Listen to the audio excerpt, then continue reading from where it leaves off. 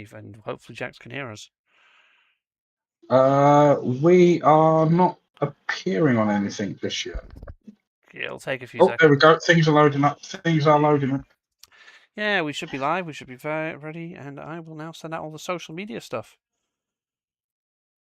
Can you hear me or not? Check you haven't got it muted. Not. Jax. Yeah, let me check. Check you haven't got it muted. There we go. Yeah, I we just heard have yourself sound through you. Cool. We have sound.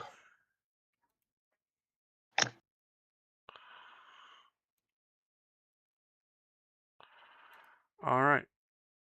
I am monitoring I've got the chats open for both things. Today's lovely subject is, and forever is, Spider-Man Brand New Day.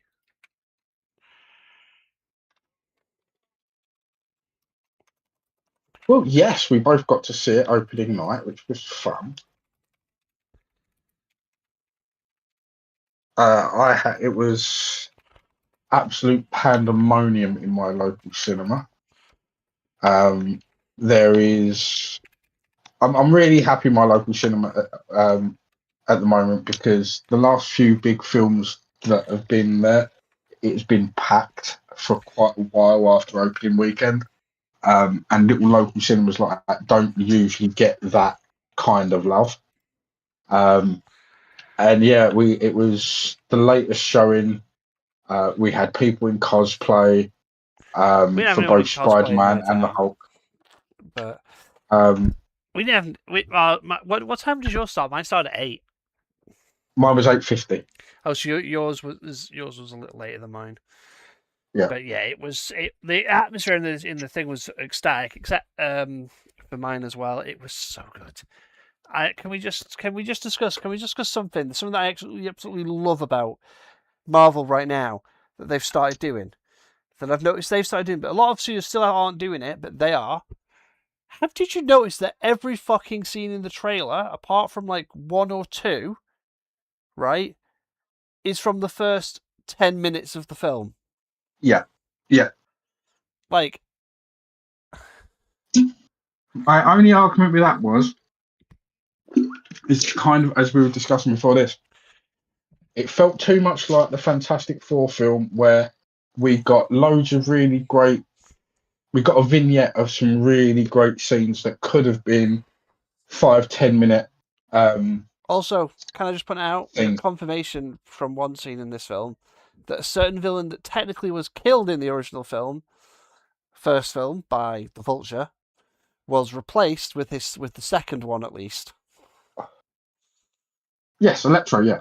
No, Shocker. Not Electro. Shocker. Because he kills Herman Schultz in fucking Homecoming, and I'm like, damn it, you just killed the Shocker. Yeah, but if you remember, he passes the braces on to the other guy in that scene. It's like, and you're the new Shocker. Because they went straight to the second version, yeah. And I'm like, I'm so glad that we got confirmation Shocker is still a villain, and I'm like, yes, Shocker. It's like, I loved the film was brilliant. The opening sequences were brilliant. The Frank and Peter, Frank and Spidey's like whole interaction is like two brothers arguing, and it's so brilliant. It is, honestly. Yeah, we should also point out very early on in this, there will be spoilers, I'm afraid. There's not really much we can do about that. No, this is straight up. This is us discussing shit from the film and how it's going to impact impact possibly a lot of shit that's going to be coming. And yeah, and also a bit of, I think, where my speculation of what's going on with Doomsday and Secret Wars might have changed from what my originally comic I thought it was, and it might be for me being based on the original version due to the end credit scene, or that might be the point of the incursion, and them, the whole where they had to attack the other Earths to destroy them. Yes, I mean, I've got a feeling he's going to have to be involved in that somehow. The other, and weirdly enough, I did have a conversation with a young guy at the cinema afterwards, because he was like, "Why would he be in space?" And I was like, "Well, actually, this could be a number of things. One, after Battleworld, Earth may not be in the same place that it's meant to be, because of everything that happens. So that could be a hint towards that. The other thing would be if he's in an incursion event on another planet, has to get transferred over. It could easily be that is the um, geographic area that planet is during the incursion. Mm-hmm. The other option that I then also gave, which would be interesting, if weird enough, if this is what the next spot, if this, because there's loads of stuff going on with 2 more Avengers films coming in, but what if the storyline that we're actually going to get from the next Spider-Man film itself is one that we've already seen in the animated series, the actual sequel to the original animated series, and it's been in the comics, is that Spider-Man ends up on Second Earth.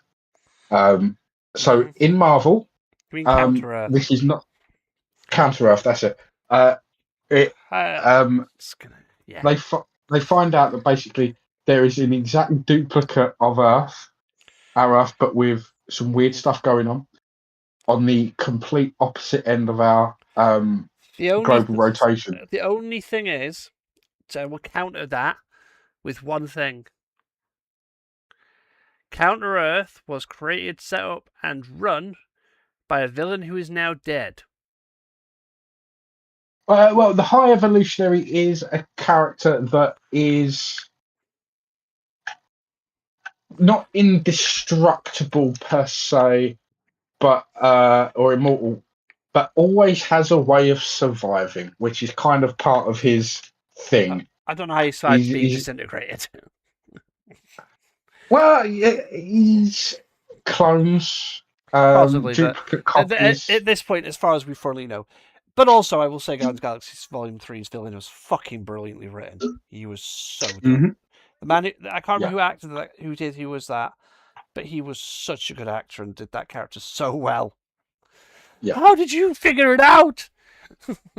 it's brilliant. How did you? Yeah, it's so good. But yeah, Brand New Day opens with a nice montage. We get Spidey fighting Scorpion. That's not Vulture. I can't remember who it is. The one that's that's on the water tower fighting him, because it's not Vulture. So you had Adrian Toomes, you had Hammerhead, you had Tarantula, you had Scorpion, you had the Hand. The Hand was brilliant.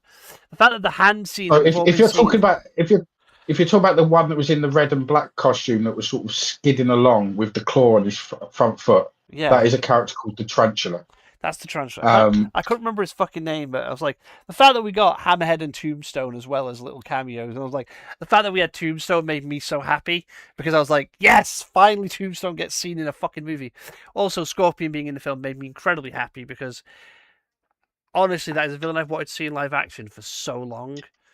Yeah, I'm very glad that he was in it. I mean, he was the out of all of them, he's the only one that actually gets any substantial time. Oh yeah. I think that's mostly down to the fact that that actor got paid quite a bit more money than others to come back. You know who that actor is? Yeah, I've seen him in loads of stuff. That's Vars from fucking Far Cry. From Far Cry. That's right. That was Vars. Do you know the definition of insanity? That's what made me go, oh shit, it's Vars. It's like, I love that guy. He's brilliant, because he came in that. Because this might be on a tangent, but Far Cry 4, the reason it's so good is that character. He's only in it for half the game. Yeah. But that actor came in, was only meant to be playing a character, was only meant to like a bad guy in like the start of the game who gets killed during your opening escape. Yeah. But because he was such a good actor, they kept him and made him the whole villain for like half the game. Yeah. And that's how good of an actor is. He deserves credit for that. But yeah. But even the guy who plays Adrian Toomes is a fantastic actor, but he's in it for like less than 30 seconds. But as I was saying when we were discussing before, is that I think that a lot of these characters that we're seeing being set up in this film, but as like background montages, aren't being set up as montages just so they can appear once and then they're gone. I agree with you that this is leading somewhere, and we're going to get a film, possibly if like you said, there's 2 more Spider-Man films technically set up so far.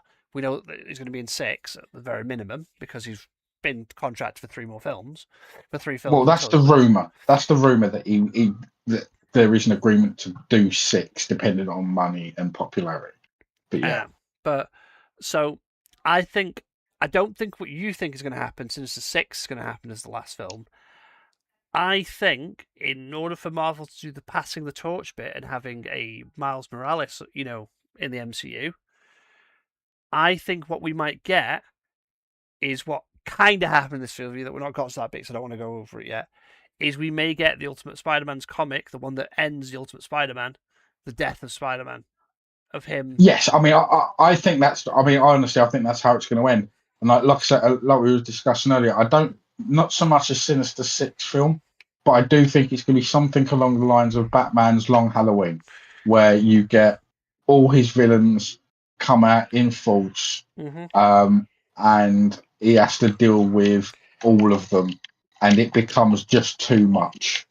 Well, it's more. It's like I feel like if they do it the way from the just I like the way they did in that of that comic, is the fact that the first thing that happens is him taking the bullet for someone, and he's beating these people down that would be like no problem for him, but he knows he's dying at this point. Yeah, he knows he's dying, and he's just doing this to protect everyone.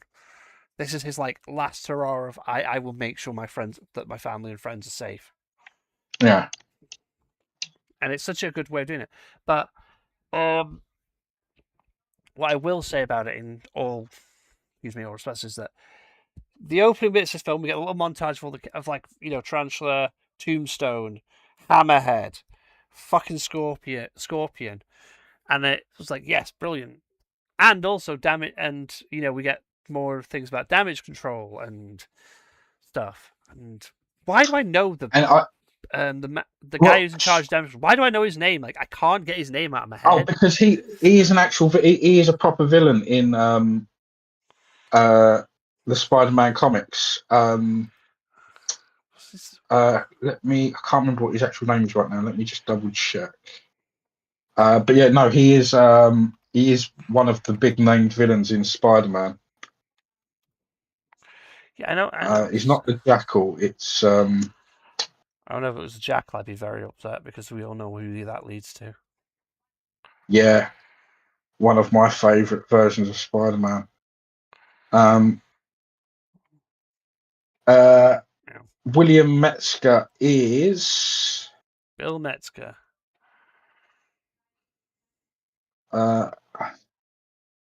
Comics. The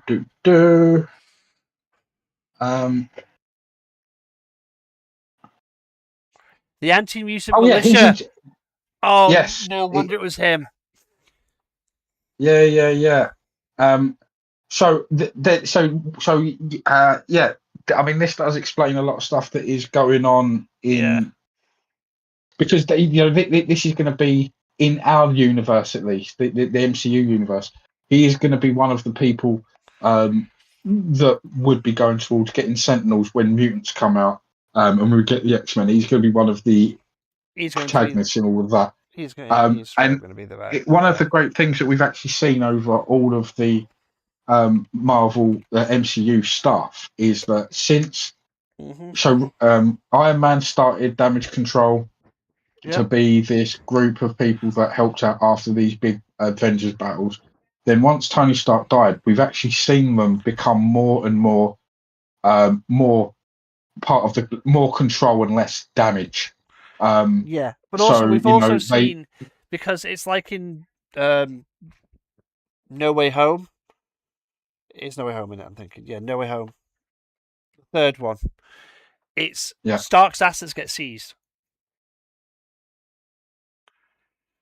Well, I mean, even before then, so like they take at the end of the second Spider-Man film, they take over all of between the second and third film, they start taking all Stark stuff, but in particular, they take the Edith drones. Well, the next time we see the Edith drones, they're going after Kamala Khan. So they're already going after mutants, or superpowered people from that point, like years ago. which really does then have them the idea that they know what mutants are, which it then goes into quite a big plot point into what they're doing Yeah. within Well, yeah. this film. Yeah. The thing is, the minute he spoke to him and he was like, the K Max thing and stuff, like, I no VMAX. VMAX stuff, and I was like, the minute Parker's not speaking to him in Spider costume, the fact that I was like, I know he's the villain. I was like, I knew his name, and I'm like, why do I know his name? I could not remember for life of me, and now I'm like, fucking hell, it's the Anti-Mutant Militia. It's the beginning of Friends of Humanity.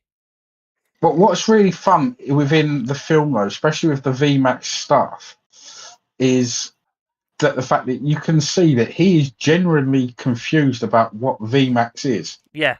And it's like, I don't, and like you can see, it's like, why do these people think this is important? What is it? Like, sort of things. That's never vocalized because it will see every time it gets mentioned around him, and he's like, what? We might have other things going on, but what are they talking about? And then when the actual reveal of what it is and why it's significant to the story, he wouldn't have a clue. It's literally nothing technically to do with him. And you can understand then why he's completely baffled by it. Yeah.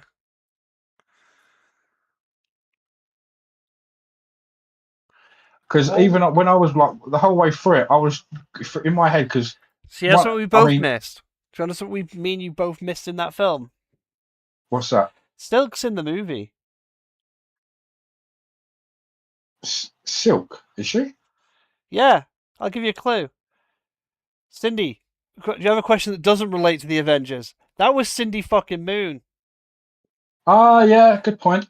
That was Silk. It's like, oh no. She is actually in the film as like a little. Yeah, I didn't get that. That was fair enough. Yeah. Also, Keith David appearing as the narrator on the Spider documentary that Peter watches while trying to figure out why his power's going crazy. Yeah, that got me weird because, like, out of all the people as well, all the voice actors you could have got, you get Keith David in, and then do nothing else with. Like, I was for so much of it, I was like expecting Keith David to actually be the one that he goes to for help at some point. And it's revealed as Dr. And you were going to see him. It's like no, I honestly, and so once again, this goes to me being me. I honestly thought that Keith David was going to be, I've just said his bloody name, Jackal, and that's how the Jackal gets Spider-Man's blood because he does a test on him.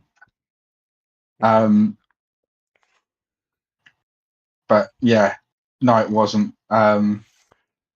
Sadly. No. I mean, I am one of those guys. I'm going to be. You've got the guy from New Rockstars always going on. Everything's got Mephisto in it. I'm everything's going to have has got to have Ben Reilly appearing in it, in my opinion, or at least a hint towards Ben Reilly. No, I was pleasantly surprised. I was pleasantly I enjoyed this film for me. Didn't feel as long as it was. It actually didn't feel that long because it was just like from start to finish. It just picked up and kept going and going and being really good. But it was sad. It was a very sad movie. There is no doubt, anything. This film was kind of sad. I mean, I will say I've said this to you already, but out of all the Spider-Man films we've had with Tom Holland, this isn't my favourite. It's not that I didn't like it. It's just this isn't my favourite. I think some parts of it I really think they should have removed at least one story element from it and just used two to focus on the greater whole. I think the thing is in this film, most of the story elements of this film is essentially Peter has stopped being Peter because end of No Way Home, no one knows who he is anymore. He has just embraced being Spider-Man full time for the last 4 or 5 years, he has Yeah. refused to basically socialize, have friends, anything, get close to anyone. He has just been, I'm Peter Parker. I'm just, I'm Spider-Man. And it was the Yeah. whole plot of the film was him trying to finally accept, no, I have to accept that I have to have a life outside of this, because if I don't, this, what is the point? Yeah, I mean, his ability is the way that his abilities seem to work in this is that they adapted too much in one direction over another. But also, to me, there was only really 2 plot lines running, which is the origin of a certain character, and I Yeah. think they did her origin beautifully. We know from the toys, from a load of stuff they kind of accidentally spoiled who she was, and I'm pleasantly surprised I was wrong. You were right, I was wrong on this one, because I was still in the impression that she was going to be someone else. I was still hoping the thing was just someone else, because I never saw any of the pink stuff that you say that was on the earlier trailers. I don't remember any of that. But like I say, in the trailers, not in the film. But for me, I was pleasantly surprised with it being Jean Grey, because one, I enjoyed it. I also liked this way of her powers, and it's like, yeah, I'm like, why is her powers like this? And then I realized it's because of, like after the scene, like because like first we get the bit in the tank, she's driving the tank, basically trying to stop it. I loved the bit interact with Frank where he's like trying to get in the tank and then gets hit by the fucking grenade from Frank. Just bang. Get out of the way, Webhead. No, Frank. I love how he stole the grenade launcher the first time, and he just picks up another one.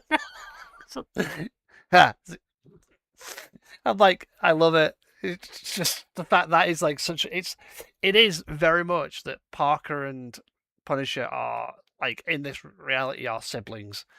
They argue like a bunch of like brothers if you pay attention. And I think the main reason why that dynamic works so well is because of how good friends both John Bernthal and Tom Holland are. Yeah. Those two characters, because of it, I think it's just the best way of doing the two characters. It is that, and it's the fact that it's like it's even Punisher going, "You are not nothing like me. You are not me. You think I choose this?" And this is, and yeah, I mean, this is weird enough. This is a thing we have seen a lot with his version of the Punisher, especially in the Deadpool stuff as well, the Daredevil stuff as well. Yeah. It is a case of, I don't want to be this. This is just what I have to. This is just what I was made into. This is what I am. You can be. You've got a choice. You can be like me, but you have to lose something to do it, or you can do it your way. But if you do it your way, you're not always going to win. But you might keep a portion of your soul, kind of a thing. Yeah. And it's such a good thing, because Frank understands he's fucked up. He's he is. PTSD. He fucking sees his dead, squad mates from his last mission where they all fucking died. He sees visions of his kids. He knows he is fucked up in the head. He knows that the reason he isolates himself so much is because he knows that if he had the opportunity to not do it, he would give it, or he would, because he's a coward. He's so much of a coward that he can't do that for himself. He calls himself a coward for it, because he won't look for someone else. He's just like, no, I have to be. And it's like, yeah, it's completely understandable. It's Frank. Frank is a broken, like, defeated man. He's not, you know what I mean? He's like, he is broken. He is not he's not in any way sense the right mind. But it's such a good interaction with him, like Frank. And then as Peter, because we see, I like the opening also as Peter watching, the Ned at MIT, and it's like, who's watching these videos? Someone. By somebody. Someone No. must be. Someone must be. By someone. No. It's like the friendship forming between them. The funny thing is, and I have to say, I was right about one thing. Jax is right about that it was Jean Grey. I was right that fucking Mary Jane's boyfriend is fucking Paul. Yeah. It's Paul, the fucking self-insert. Now, for those For those who don't know, Yeah, Paul is a character in the comics who the writer of that series of comics, basically after no what is it? After One More Day, where Peter and MJ have to sacrifice their love basically to save Aunt May and everything, and basically reset stuff. And after Peter and MJ finally start getting back together, we have a timeline bit where they get stuck on another alternate Earth, and Peter's the one that gets sent back. So time dilation before Peter can get back, which for Peter is only a couple of days. But for MJ and Paul, it's been like 4 years, and they've got married and adopted 2 kids in this instance. Yeah. And Paul was a self-insert in the comics by the writer who did that. It was literally straight up just him in the comic to marrying Mary Jane because and Paul is a character that is a self-insert that was just inserted to basically fuck up with Peter and MJ's whole thing again because, you know, Parker can never be happy is the run of thing with comics. He's not allowed happiness. It's kind of the whole shtick. Because Peter is who he is, because no matter how bad shit gets, Peter never gives up and never loses his, like, no matter what, he never gives up and never stops being a hero. Like, it is, unfortunately, it's his curse. Yeah. Like I said, I don't think they're going to go the full route. I think that...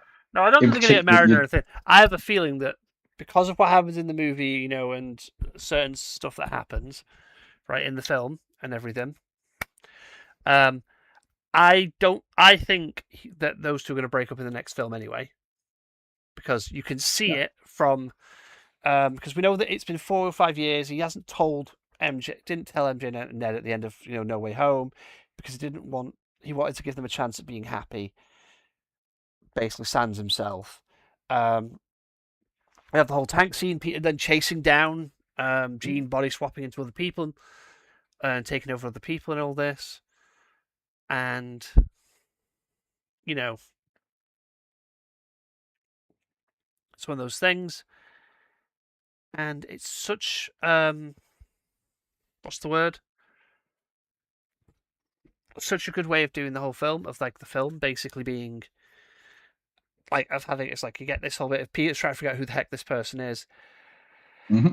And it's like in this, and this body swapper is, and it's like, because Peter's powers mutating, Peter loses the ability, Peter's spider sense initially loses the ability to basically detect them because he can't override his new sense with it. And so he creates an inhibitor chip after speaking to Dr. Banner. And Banner, I love how Banner points out, "You're not one of my students, are you?" No. It's just like, Banner knows full well, by that point, Banner knows full well that he's asking for himself. It's like, what? He knows that something's wrong with this kid. It's like, and well, what I find really funny is that it then works out with the way that things during that conversation go and what actually happens. Peter Parker is the person that creates power dampening chips for Friends of Humanity. Yep. Because I realised that he didn't make a chip that would just stop his powers. He made a universal chip. Yeah, I went, no, please don't. But it fits with the theme of him in the MCU kind of being Tony's protege. Tony made Ultron. And the technology makes doesn't always go the way you expect it to go. Tony made the suits of armor, which made Ultron and like certain other villains.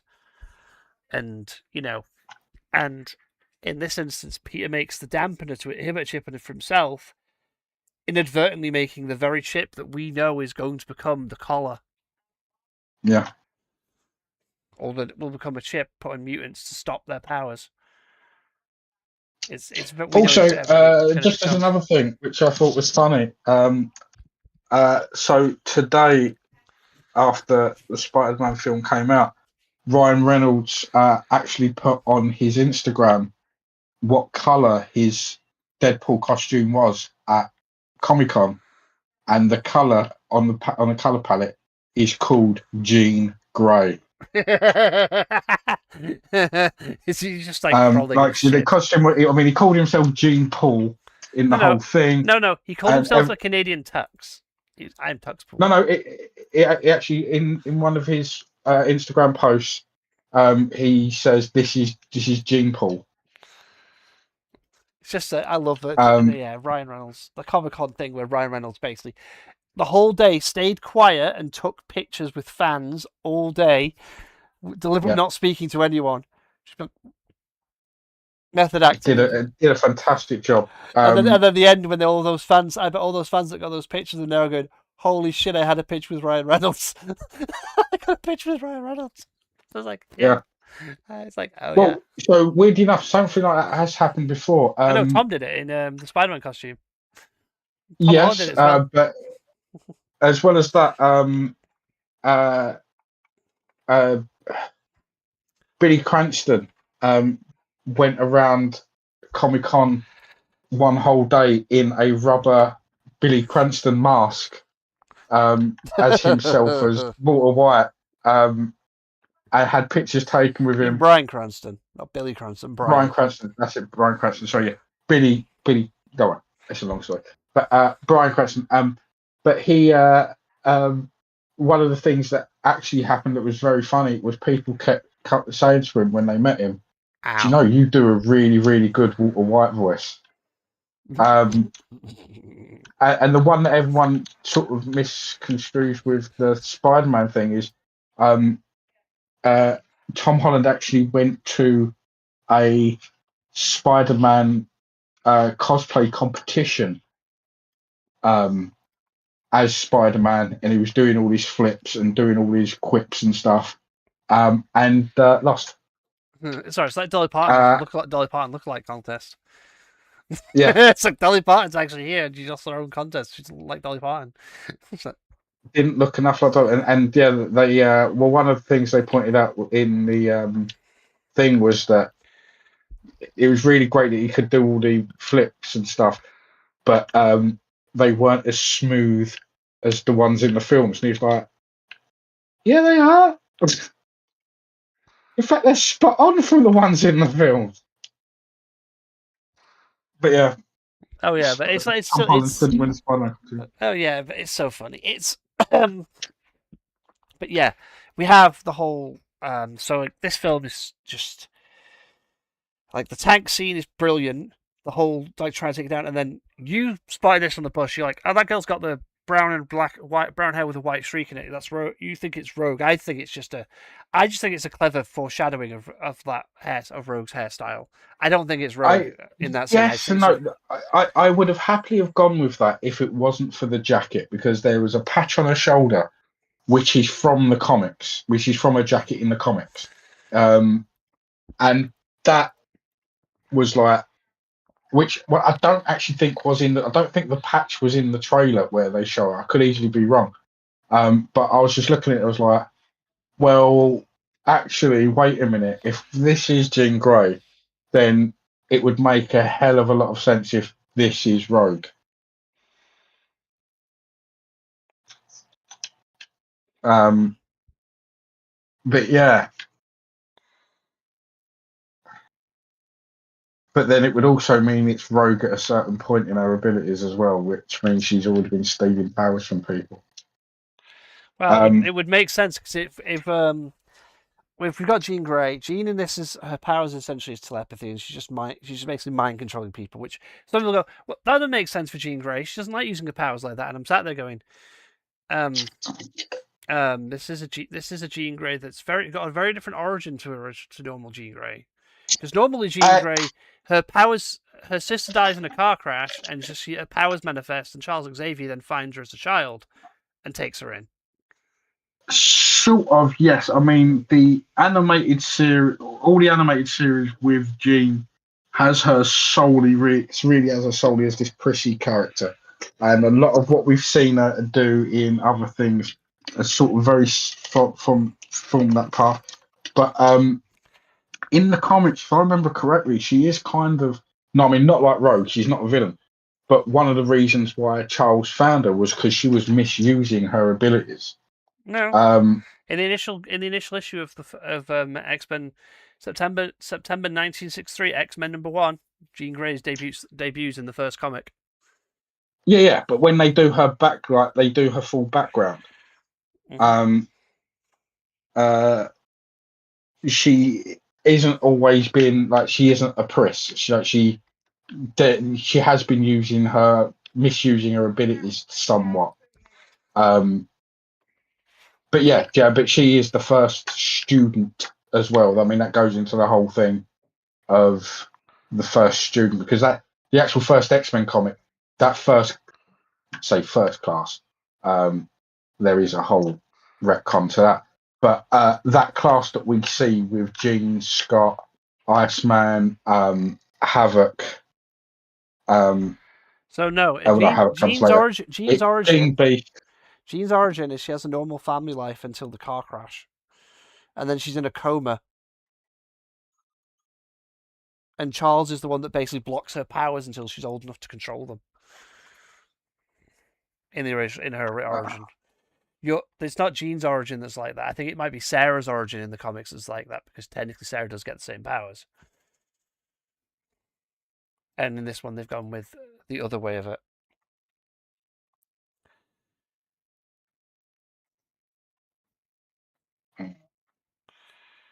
Yeah. Because Jean Grey's origins, Jean's Grey background is she had a stable family life. That's always been a usual thing in the comics. In this one, she didn't. This version of Jean's very different origin. Bear in mind, I have most of the Jean Grey comic origins open right now.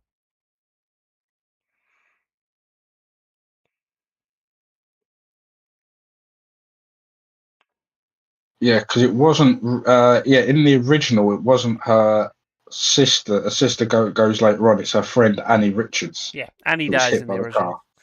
In the original. When she starts using her powers, because the sister dies later on in a shooting by the anti-mutant task force.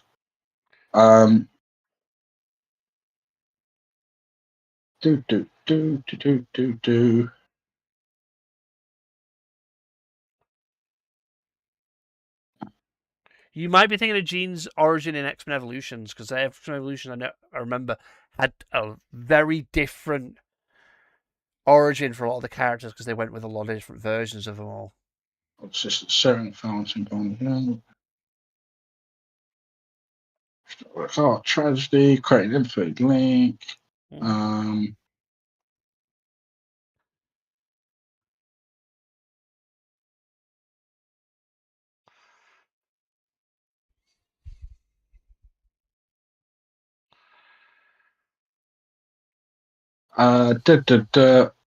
Plunge Grey into a deep withdrawal of dissolution, unable to master her new abilities, or new awakened psychic abilities. She was forced to isolate herself to preserve her mental stability. Committing one or two crimes, a psychologist recommended to her parents to consult Professor Charles Xavier, specialist. Yeah, so she used her powers for crime or minor criminal activity, it says here. Alternatively, the Xavier, and then there's another one with another alternate history there, and then another alternate history there. There are alternate versions of Jean, a lot of them, but Jean. But yeah, so the first one here of that they're going through after the original, it is mentioned that she had used it for. It says minor criminal activity, so I assume shoplifting and shit like that. Mm-hmm. Not breaking into damage control military facilities, but yeah. Because the first when Annie Richardson was hit by a car and killed, basically. Yeah. Mentally linked with a friend and nearly died as well, basically. The event left her in comatose. Her original origin, the event left her comatose, and she was brought back to consciousness when her parents sought the help of a powerful mutant telepath, Xavier. He blocks her telepathy, because the original one, he blocks her telepathy. But her origin has been like every X-Men has been rewritten God knows how many times. Because we will not forget that Logan, it used to be a fucking mutated Wolverine. We're not going to forget that, Jax. And I'm never going to let Marvel live it down. I'm never letting them live it down. That was a very weird era. Well, that was before Chris Claremont got involved. But then there is actually, oddly enough, there is a storyline that came out around the same time as the Adamantine storyline, which did arc back to that idea that he's actually a humanized, he's a anthropomorphic animal and not a human with abilities. Weirdly enough, so there is actually at least mildly modern story that still follows that idea. I still can't believe that Cindy Moon was in the film as a cameo. I didn't even realize she was there. I didn't realize that was Cindy. I'm like, yes. So they are possibly laying the groundworks to have Silk. Well, I mean, Sony definitely is. Sony wants to, but always Sony desperate. they're trying to, but I don't think they get that Sony these characters do not work without Peter Parker a riff off. And I'm sorry, but if you want to bring back a Spider-Man, if you want to do a Spider-Man thing, don't bring Tony. Give Andrew the thing. Andrew deserves deserves to have another chance. We like Andrew. Andrew's awesome. I mean, the other side of it is that at this moment in time, I know I've banged on about this already. I don't understand why they don't. They've got a Spider-Man franchise going on with Marvel, Yeah. right? And for whatever reasons, if contractually or just Marvel turning around and saying, "Look, we're not suing you for the bad movies that you've used under our name, but if you bring Tom Holland into any of this, you bring our Spider-Man into any of these shitty films, we will definitely sue." Which has meant they can't ever use Spider-Man in a lot of this stuff. Well, this would be a great opportunity for them not to use Spider-Man, as in Peter Parker's Spider-Man, but to actually use Ben Reilly as the Scarlet Spider. Like how they did with Spider Noir. They didn't need to call him Peter Parker. They went with Ben Reilly, which was genius. But talking about Nicolas Cage, though, I don't know if you heard the interview with Robert Downey Jr. in the Avengers cast when after they announced Ghost Rider, someone was like, "What do you think is going to happen with Ghost Rider and your characters?" Obviously, they can't say shit because something is definitely going to be happening in Secret Wars or Doomsday with Ghost Rider in it because there was leaked imagery, there was leaked production art, so we know he's going to be in there somewhere. But they're not going to say anything. But Robert Downey Jr. was like, "Oh, I want Nicolas Cage to come in as Spider-Man Noir and be sitting in Ghost Rider's sidecar, and they go on an adventure." And the more I've had that running around my head, the more I really want to see a Ryan Gosling Ghost Rider and a Nicolas Cage Spider Noir in some sort of weird black and white gothic horror, doing an adventure together. Can I say one thing? So I'm glad that Sony cancelled the Silk Spider Society series. Do you know why? So by February 24, right, it was being redeveloped for a more male skewing audience. We know what that means. Let's be absolutely honest. Then we know what that means. They were fully well just going to, instead of having her in her, costume, her post thingy costume most of the time, the actual comic costume, she'd be in the one that she was in that was the very clearly fan service version from the very first time she shows up, where her costume is just made up of organic webs. I don't feel they would have done well. It would have been like either that, or it could just be that they were making it very much like, very similarly to how they made parts of things like She-Hulk, in which there was always sort of there was a couple of times where there were just jabs towards dudes being incels, and they can easily see it of going along that line, and then someone going around and going, "What the fuck are you doing? 70% of our audience is dudes." No. They were making the film skewing more towards the men. Yeah, as in for men, not against men, for men. Yeah, but let's. I mean, let's as well as we can talk about And I don't who trust the Sony to audience is say after this. no. I don't trust Sony to make when you say you're making it for that sort of audience instead of for a more neutral and just for everyone without targeting either side. Yeah, You know for well that that means they're going to just overtly just put fan services shit in but the show on who purpose. said this? That's I what so can't imagine. I can't imagine an official official Sony source saying.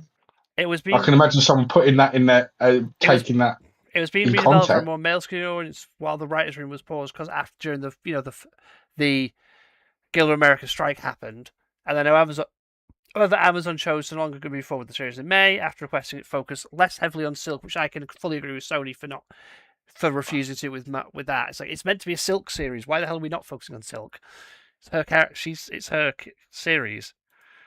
Cindy's one of the Well, few. It's like that sounds Miles. then more like that they were saying that they wanted to focus more on the male characters, Yeah, not making it more male skewed as in viewership, yeah. It feels like they want to which make it would more. be dumb. Yeah, that's what I mean. It was more male skewed towards male characters. I'm like, no, it's a Silk thing. Silk should be the main character. Silk should be Yeah, the I mean point that's like making a Buffy the Vampire series without Buffy. and having it and then have it focus on Angel. Yeah. Yeah, Hey, you you don't know, insult Angel. Angel was good after I'm the not insulting it. I'm third just saying series. you don't call the show Buffy the Vampire Slayer and then only focus on the male character.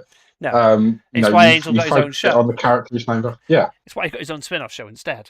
Because yeah, it's like Jesus Christ. But yeah, I know what you mean. I get what you mean now. But yeah, back to the actual topic at hand of this film. The fact that we got a nice little Cindy Moon cameo made me happy. That was a pretty good yes. cameo. I didn't realize that it was Cindy Moon. I definitely want to rewatch this movie again. Genuinely, it is one I of do. those good films that I want to watch again because I want to see what bits I missed because I wasn't paying attention the first time. Um, you know what I mean? Like when you're paying attention, when you watch them at the same time, you tend to spot things you missed. Like, I like the whole MJ bit where he's trying to save MJ because Gene gets into his apartment and basically is like, he basically discovers who he is and everything, and Yeah. threatens the one thing the one thing Gene knows that he'll, and it's not when you pay attention, it's Gene isn't even the villain. She's not the villain of the film. Bill Metzger is. She's the scared child that's basically. It's like when you finally realize what she's after, and it's like, it's that she had a sister, and it's basically the whole thing is that she's trying to find her sister. That's why she's doing this because it's Damage Control kidnapped her sister. It's like, Yeah. and it's like I understandable why thought that anyone was would crash out.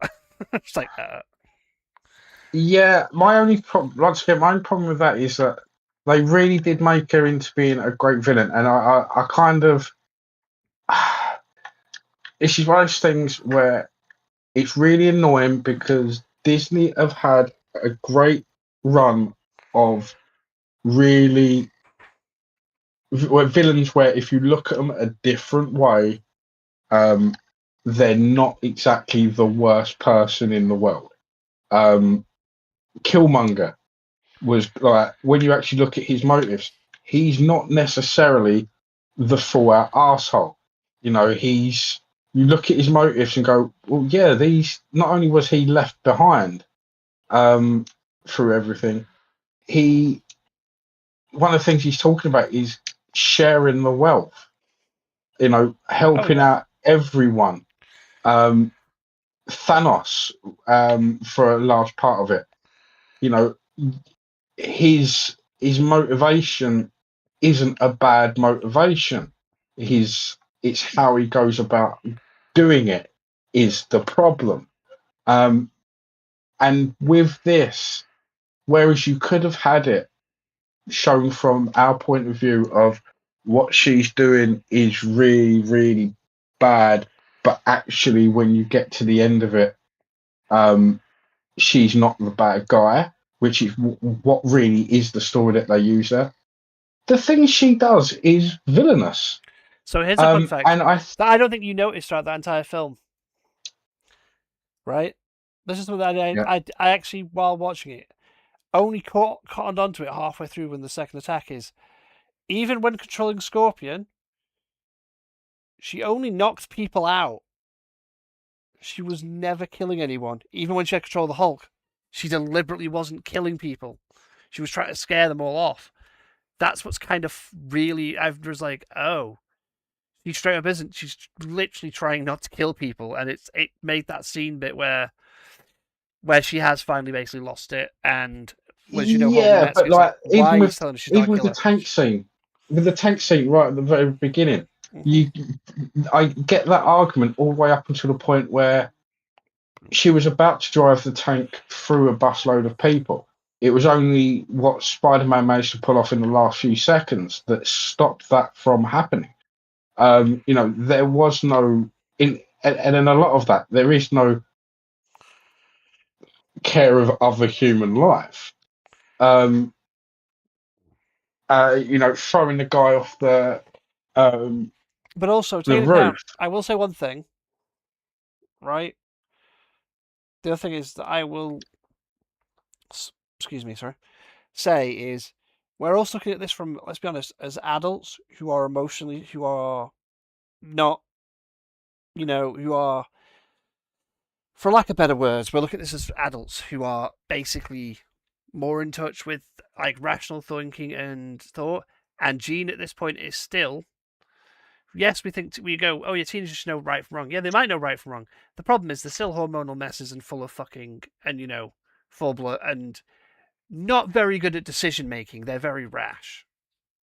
Yeah, completely. I get it. But if this is someone that they're going to be turning into one of the core heroes of the X-Men, of which she is, um, it is a very weird path to take in that aspect of the character.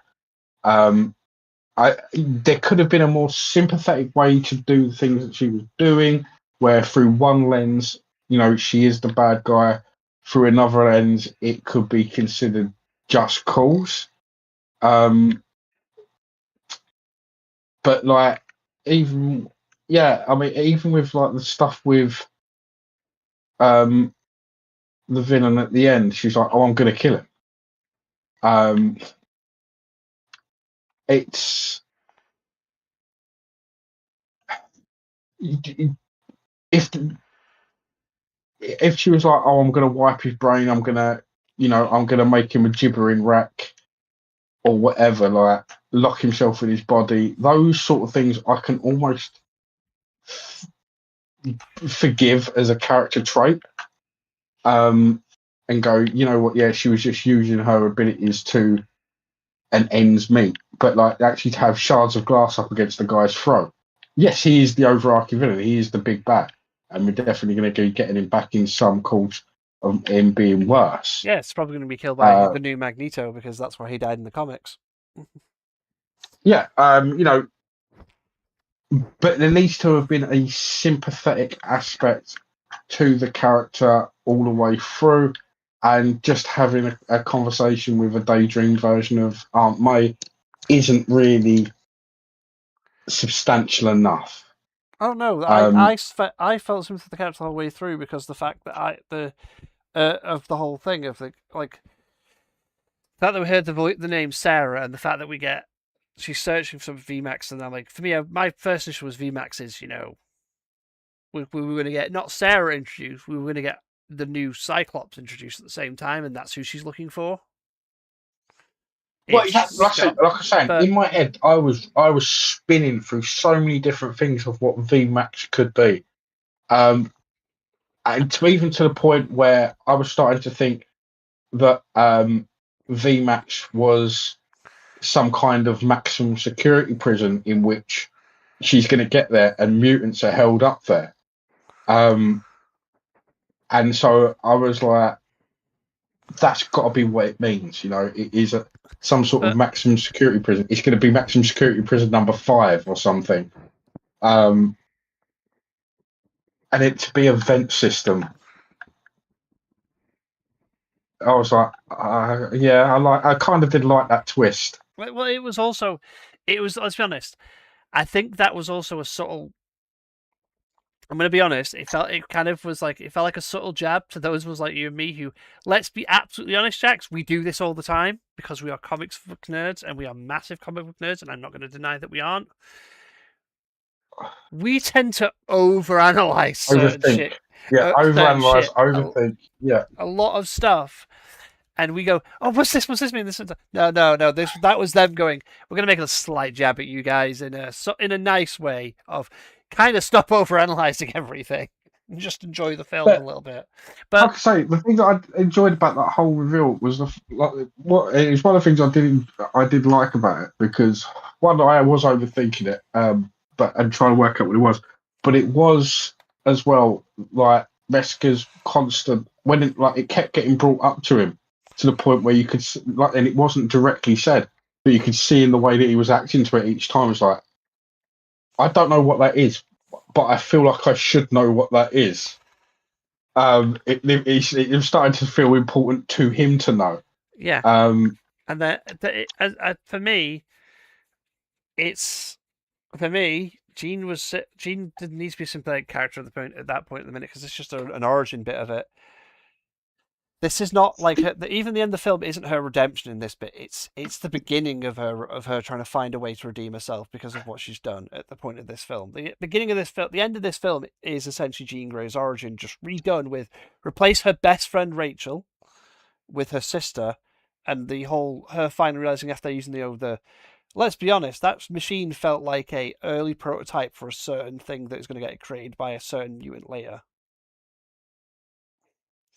Just there is just in a a couple very of bits that bad way. it could easily, yeah. I mean, uh, yeah, this led open to a lot of things that are definitely coming along, um, Oh yeah. and I've got a feeling that. I mean, this is in its entirety. This is them opening the door to the X-Men. Right, this is the introduction to the mutant saga. This is what like it or not, this is our first Marvel opening to it all. Um, Oh yeah. But it is also, I'm going to be honest, Peter embracing the like rest of his mutation, gaining the organic webbing, the enhanced strength, everything. You know the thing that made me really, really happy? Did you notice this subtle effect when when his spider sense finally went off? yeah. Oh, It yeah. it straight up finally started looking like the actual like it started being a bit more like the comic version. Like, he is just straight up but just dodging everything all of a sudden. It's like, and now we have the we finally finished Well, the full this on is origin of Spider-Man. Here we go. here's the thing. This is something that I noticed, and so far I haven't seen this mentioned. Is that what's actually happened since the last film? Is that he is, whether or not it's meant to be an aspect of his spider abilities, a tuning, and adapting the way that they kind of do in the comic books, and so, but his natural webbing and his spider sense is all Toby Maguire Yep. Spider-Man. Um, but his movement and the way that he swings, even when he was still using the web cartridges, um, and all the movements, was all Andrew Garfield. Yeah. Um, And then and the end bit where he goes, "I'm both," is just all Tom Holland's Spider-Man. It's like yeah, this whole new way. It's like basically, it. I'll agree. It's like the organic webbing bit when he gets that initially. It feels a bit like, yeah, this is him going closer to Tobey Maguire version, and like a little callback to that. And I'll agree the ways web swinging with the web shooters and everything it was and there's Garfield's. so much more. Like, there was so much more movement. It was a bit more fluid. Yeah. Like the flips and the way that the camera moved around. That was all very much what they did in the Andrew Garfield stuff. Yeah, and then when And it got to the end bit, it straight up is not just Tom Holland's Spider-Man, and like it's not just this. It was, to me, that scene was that's straight up comics, cartoon, and everything we saw before those two Spider-Man. That's just Spider-Man finally, like a yeah, full on embracing this. Who the hero is. Of this is a hero that, yeah, when he doesn't fully hold back, is nigh unstoppable. The Yeah. reason he holds himself back is, and it lends into, I think, this as well, because we've already seen before this mutation, he actually is the strongest of the three Spider-Man we've already had, because of, Toby stopped a train, Andrew stopped, I forgot Andrew stopped as well, but he held a ship together. Yeah. Like, was holding that ship together even before Tony showed up in Homecoming. Like, he is already the strongest Spider-Man, meaning that this has just gone, now he's actually the comic level Spider-Man strength. Just like, yep, man, now we have the Spider-Man where we could have the plotline, where they could do the whole plotline of having his fucking body stolen for a movie and having Superior Spider-Man. Well, I've got to say, I do that is another thing that they definitely hinted at. When he goes through the damage control machine, whenever they're talking about his abilities, if you actually notice, they keep saying superior. He has superior strength, superior senses, superior this, superior regeneration. And I was like,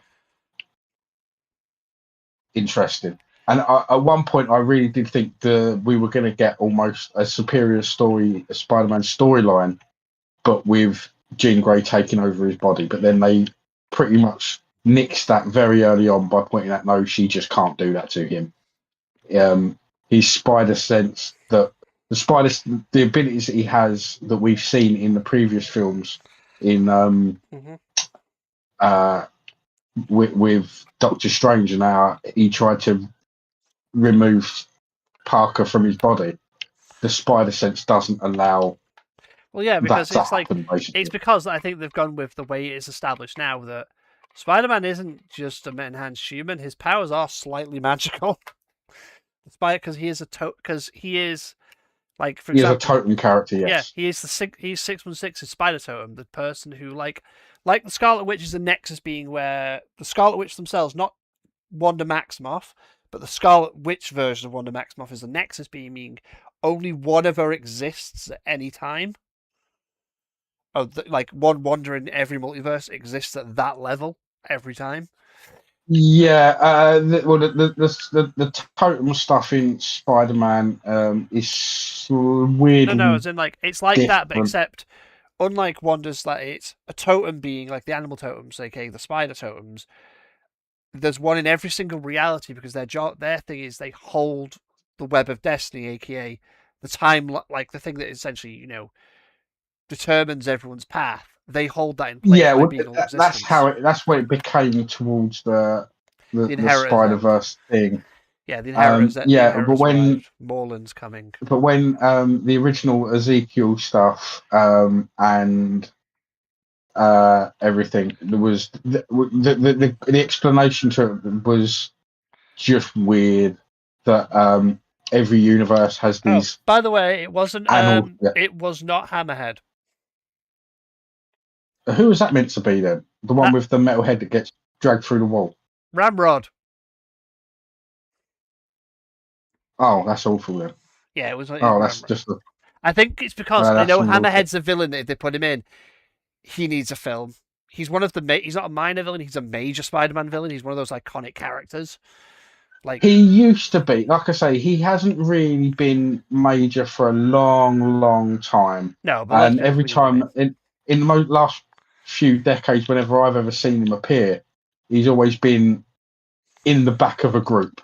Like, for instance, a great example of this is the two great Deadpool crossovers. Funny enough, the Deadpool Maximum Carnage crossover, where Deadpool decides that Peter Parker or Spider-Man needs to have a birthday party, and Peter's like, well, it's not my birthday.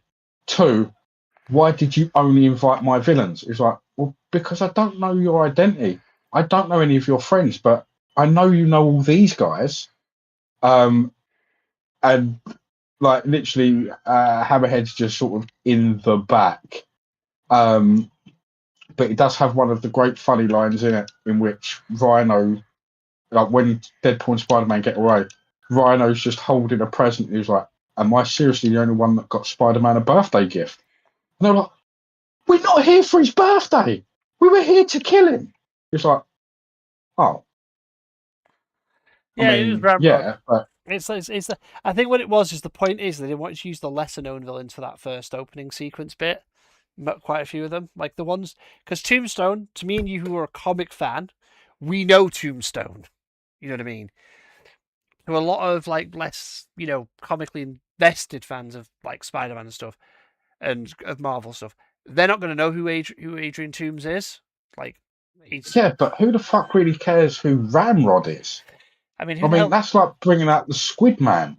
I mean, come on, they brought out Boomerang and Tarantula. Let's be fucking honest. I mean, yeah, well, Tarantula's mildly known, at least. Because he appears in a lot of stuff to do with Daredevil and other ninjas. No, it's fair. She does appear in your Friendly Neighborhood Spider-Man episode as well. But yeah, either way, it would have been a lot. I thought it was Hammerhead, and it would have been cooler if it was Hammerhead. He was as well as weird one. I still think I think they want to save Hammerhead for like a full. The reason why I say they want to save him more for a full film, in my personal opinion, or being like a secondary villain in a film, right? If they don't want to put him as the main villain, right? Yeah. Is because Hammerhead's also a gangster and owns like an organized crime thing, and we saw from this that Peter's been helping take down organized crime, which is what he does in the comics. He is an intelligent person, like that's what Peter does. Yeah. And it would make sense to have a film where he's dismantling Hammerhead's organization and coming to blows with Hammerhead. Well, Hammerhead would be a great replacement for Kingpin because they can't use Kingpin in movies. Yeah. That's what I mean. They could have him. So he would be a great replacement. Films. I may go to Comic-Con in Liverpool in October now because guess who's at it? Who? Vincent D'Onofrio. And I did actually see that. And I would love to get his autograph just because I love Vincent D'Onofrio as fucking Kingpin. He's just really good. He is good. There's a lot of weird enough. There's a lot of stuff you could talk to him about that isn't. Oh yeah, that isn't Daredevil. Spider-Man. I still fucking. It's just. It's not Spider-Man, but you mean Daredevil stuff. Daredevil, yeah. I just love the guy. The man's just a freaking brilliant actor in everything he's in. But yeah, in summary, we have spoiled some parts, and we have kept some parts still basically secret. We've spoiled the overall plot. We've not spoiled the details of the plot. But I am going to say we're going to use this little section before we close off today as a little bit of speculation. So I have a slight different speculation now of what's going to happen in Secret Wars and that, and why I think Spider-Man only appears in Secret Wars and not Doomsday is I don't think Doom is the overall bad guy anymore. Nor do I think it's Kang. I think that Doom is the bad guy for Doomsday because they're all thinking Doom's here to try and destroy everything, if you know what I mean. Yeah. Not realizing Doom's trying to basically get them to help against something greater than the incursions, essentially. I think that the Beyonders are going to show up at the end of that movie. And I actually do think that would be a good. I do honestly. I think that is a good call. I think that'd be a very interesting way round of doing things. More so than anything else is that original Secret Wars comic book. It's good. Doom is good, but Doom is a massive player in that. Well, yeah, but it's the whole thing of the villains get given all like different domains that they have to take out, and they get to Doom's domain, and he just welcomes them in because he's just. Well, yeah, but even particular, like they actually showed just how powerful because he was always a powerful character because he could stand toe to toe against the Fantastic Four. Yeah, that was always in the thing, but you have like Ultron, like when he says, "No, I'm in charge here." You're all villains. You're all powerful against the foes you go against, the heroes you fight against. But I am the one that's more powerful than all of you, to paraphrase. And every single time someone tries to go against him in that respect, to say, no, look, be it Ultron, be it Magneto, or Red Skull, Doom beats the granny out of them. So be it the Secret Wars 2 or Secret Wars 1, Doom is a massive player in those stories, and is incredibly powerful in those stories. So you're right. I mean, to actually have him fight against something like a Beyonder, which can beat him, Yeah. would be interesting. Also, by the way, can I point out something And that you see the other Feige's villains noted? not be able to do it. Feige has noted something that we was discussing and speculating before. Feige has noted that how the live-action Spider-Man films had a destiny to introduce Miles Morales following the conclusion of the Spider-Verse film trilogy with Beyond the Spider-Verse, and that he and Pascal have had in-depth discussions about what the next 5 additional Spider-Man films could be about. Yeah, I mean, well, we do. What we'll say we do know. Feige has said in that Chinese interview that he did recently that under his leadership, he's got at least 16 years worth of a plan left. Yeah. Um, Which to be fair, like as you and I have both said multiple times, the whole reason this current phase hasn't had the build up the previous phases have had is the original thing they were building up for, they had to scrap because the actor got himself arrested, got exonerated finally, but he'd already broken the contract of do not get arrested. Yeah, I mean, to be fair, there is a number of reasons that there is that. There is also the fact that a large number of the properties that they made in that period didn't work or didn't get the viewership that they were expecting. Oh yeah, but I think a lot of that is it's not just due to those. Because I'm going to be honest, I don't think there's a single bad movie in this entire run. There are not all amazing, like not all jaw-dropping, blockbustering, amazing movies. You know what I mean? But I can't name a single movie in this entire run from the last, from Infinity Wars till like the end of the last phase till now, Infinity War till now, that I think was objectively a bad film. It's not so much that. I mean, there's a lot of characters that they wanted to add in to the universe, but their stories did fall short in many ways. So, for instance, the She-Hulk stuff, which although wasn't the worst thing in the world, also wasn't the best. It missed a lot of what it was meant to do. The actress became a problem, and the writers lost their way drastically through a large part of that. Not necessarily all their fault because they had people getting in the way, but then from what kind of some of the stuff that came out that they were forced to change kind of needed to be changed because the bits that they kept and actually fought for was some of the worst parts of the show. Yeah. The same thing goes with Miss Marvel. Once again, not the worst thing in the world. I love Miss Marvel, so you don't be this is my Miss Marvel show. I love that show. It's not so much that it's that it's. I mean, like I said, I enjoyed it. I did enjoy it, but it missed a lot of its points, and then they got really convoluted in time travel and aliens and alien stuff. But let's be honest. The issue, I will say, the one issue with Miss Marvel is like probably the same issue that I feel with She-Hulk, and a lot of the Marvel TV shows, bar WandaVision, Loki, and in my opinion, Agatha all along so far, the Daredevil ones, is that a lot of them the ending is rushed. Like it gets to like a point where there's oh shit, we've only got 8 episodes and we've been building this product. We were planning for more, and it's like oh we've got less episodes. Shit, we have to get the plot done in like 3 episodes instead of like 5. You know what I mean?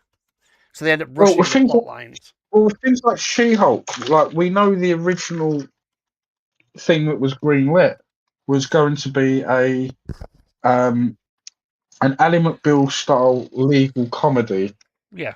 in which the main villain was going to be Titania, played by Jamila Jamal. And she is fucking Um, amazing. I love that woman. I she love is, but once again, they started having issues with her. Um, some of the things that she was coming out with in public, her actual I don't know how, because all she ever says is actually fucking things that make sense. She's not not a well. No, controversial person. so she was starting to get a lot of backlash by people working with her about how she acts on set, and her responses to that were becoming rather toxic. She's like, "Oh, this is, these people complaining about me, but it's not my fault. It's because they don't know how to work with people." And you're talking about people that already had long, long careers with really good credentials, and all of a sudden, over 3 different productions, you've got people saying, "Actually, she's not the best person to work with. She's rude, and things like that." And she was saying, "No, it's just because they don't like me." Well, that may be true, but there might be a reason why they don't like you. Um, so you had stuff like that. So they started cutting her parts down. Um, so that's why you don't get so much of her in that. They then decided, someone thought it was a great idea to then, instead of having um, and the second overarching villain being um, a scientist that's coming after the Hulk DNA, to completely change that to be, oh, there, it's an incel internet troll. Yeah, that's shitty. And then the whole final scene where she's sitting there talking to the Kevin robot. There's so much stuff where they started changing things last minute and adding things last minute that made that show completely strange. And especially for a character that I really, really enjoy in the comic books, um, and a character that could have easily been a fantastic, really powerful, really kind of almost an outspoken female character amongst so many male heroes. They just made her into someone that was really interested in if Captain America fucked people, and the fact that they got Megan the Stallion on so they could twerk on the screen just really took away from it. And it wasn't the male writers doing this. This wasn't people trying to make her out to be less than. This was the people that were trying to make it, for want of a better word, woker. And they missed the point so hard. It was unbelievable. She's meant to be a character that, in her human side, is having a hard time being felt out as an equal, and in her Hulk form, is having a big difficulty in even just being considered to be useful. And they made it then into, oh, I go out as the Hulk, as She-Hulk, to go on dating sites because people find her hot. That didn't need to be a plot point. That didn't even. I mean, that could have been a throwaway joke. It didn't have to go on for so long. So yeah, that just became a convoluted mess. Um, but then on the flip side of it, you look at, like you said, Agatha all along, Vision Quest, Loki. Uh, Someone sat down, thought beginning, middle, end, plot, storyline, and then they just did it. And then even with the second season of Loki, when all of the bullshit was going on and things had to be changed to a certain degree, they thought about how the change would happen. Um, I mean, that's one of the reasons why I'm so looking forward to Vision Quest, because it's the people that made the good TV series working on it. What I will find funny, one thing that I found hilarious when people complaining about Jen being able to effortlessly control the Hulk versus Bruce, and a lot of people don't seem to get this. Is Bruce's reason for not being able to control the Hulk is that Bruce essentially has It's the idea, yeah. has the ID. The Hulk is another personality made to protect him. That's why the Hulk is the Hulk is protecting him. That's why Jennifer doesn't have that trauma that's caused DID or any of this. So Jen and the Hulk are the same person. It's why she controls it effortlessly versus Bruce. Bruce actually has an actual diagnosed mental illness of. He has social personalities. That's why the Hulk and all these different personalities exist. They're basically the traumas that protected him as a child that given superpowers, essentially. Yeah, I mean, this is something that really does get skipped in his character, and something that gets misrepresented a lot. So each form of the Hulk you see when we talk about World Break Hulk, when we talk about Savage Hulk, when we talk about Maestro, these aren't all the same Hulk. No. These are not evolutions of the Hulk form. These are literally different personalities. Professor Hulk is a different personality. Grey Hulk is a different personality. And they're all sitting there within his own broken psyche. And yes, through most comic book storylines, when you're looking at the Incredible Hulk, that's the Hulk you get. You get Incredible Hulk. When he's with the Avengers, you get a version of the Hulk which is slightly more palatable around other people. But yeah, each one of them is different, is a different personality, is its own full thing. And so, I mean, that's and the things that affect that is the fact that his abilities were given to him via the radiation explosion, and he has a broken mind. Jen gets her powers through a blood transfusion, and doesn't have that issue. So that's why the powers work slightly differently with her. These are all things that have been explained within the comics. But like I say, in the TV show, the scene when we finally get, as a lot of people have been waiting for years now. Let's be honest, since he last showed up in in Thor Ragnarok and stuff. I've been waiting for that line of "There's no banner, only Hulk." It's like, oh no. Yeah. The minute he said that line, I went, oh shit, he's back. But that's it. The thing is that once again, we've got different. So this is one of the things that. Once again, we've had these conversations. These conversations have been out there, and a lot of people go, "Yeah, we got Ragnarok Hulk." It's like, no, we didn't get Ragnarok Hulk because that one had spent so long out of the frustration of being Bruce Banner that it had its own personality. That is a different version of the Hulk. The Hulk we actually see in this film is Avengers Hulk. Yeah, it's this is smash things up. It's not an intelligent being fully. It is aware. Yeah. It has language. It has its own thoughts and feelings. But the Hulk we see in Ragnarok is an intelligent character. This is something that holds conversations, that isn't just smash, smash, smash.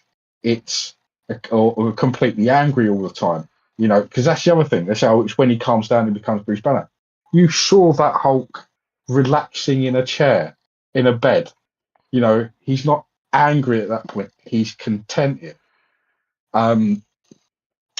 So yeah, it's not the Savage Hulk that we're seeing there. And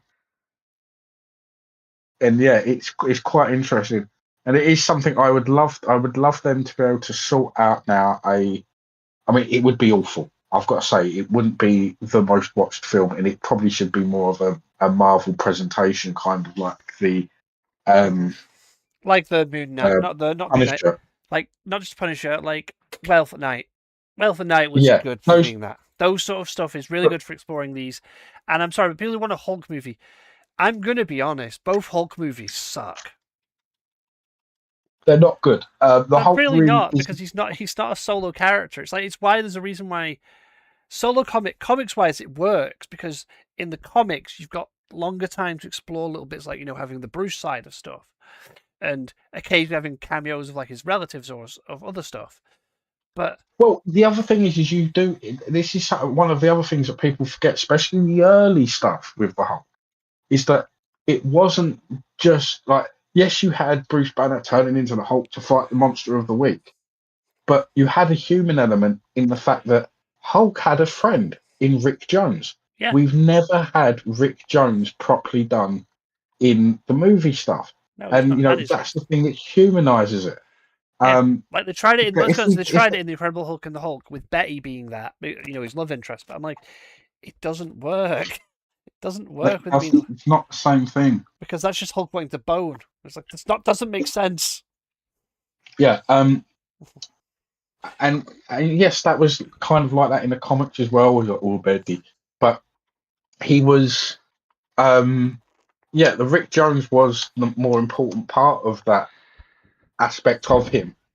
Mm-hmm. But if they did a presentation, you could have the It idea of the introduced. movie. The presentation would be, you can have it as the Savage Hulk is on a rampage, fighting one of the big monsters, but it's causing devastation everywhere.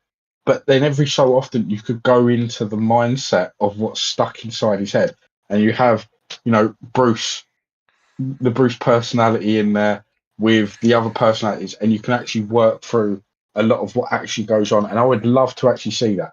But it doesn't need to be more than 45 minutes to an hour. You can't turn that into a full blown movie because it would just be boring as arse. But as a short presentation, that would be a great character work on someone with his disability as a superhero.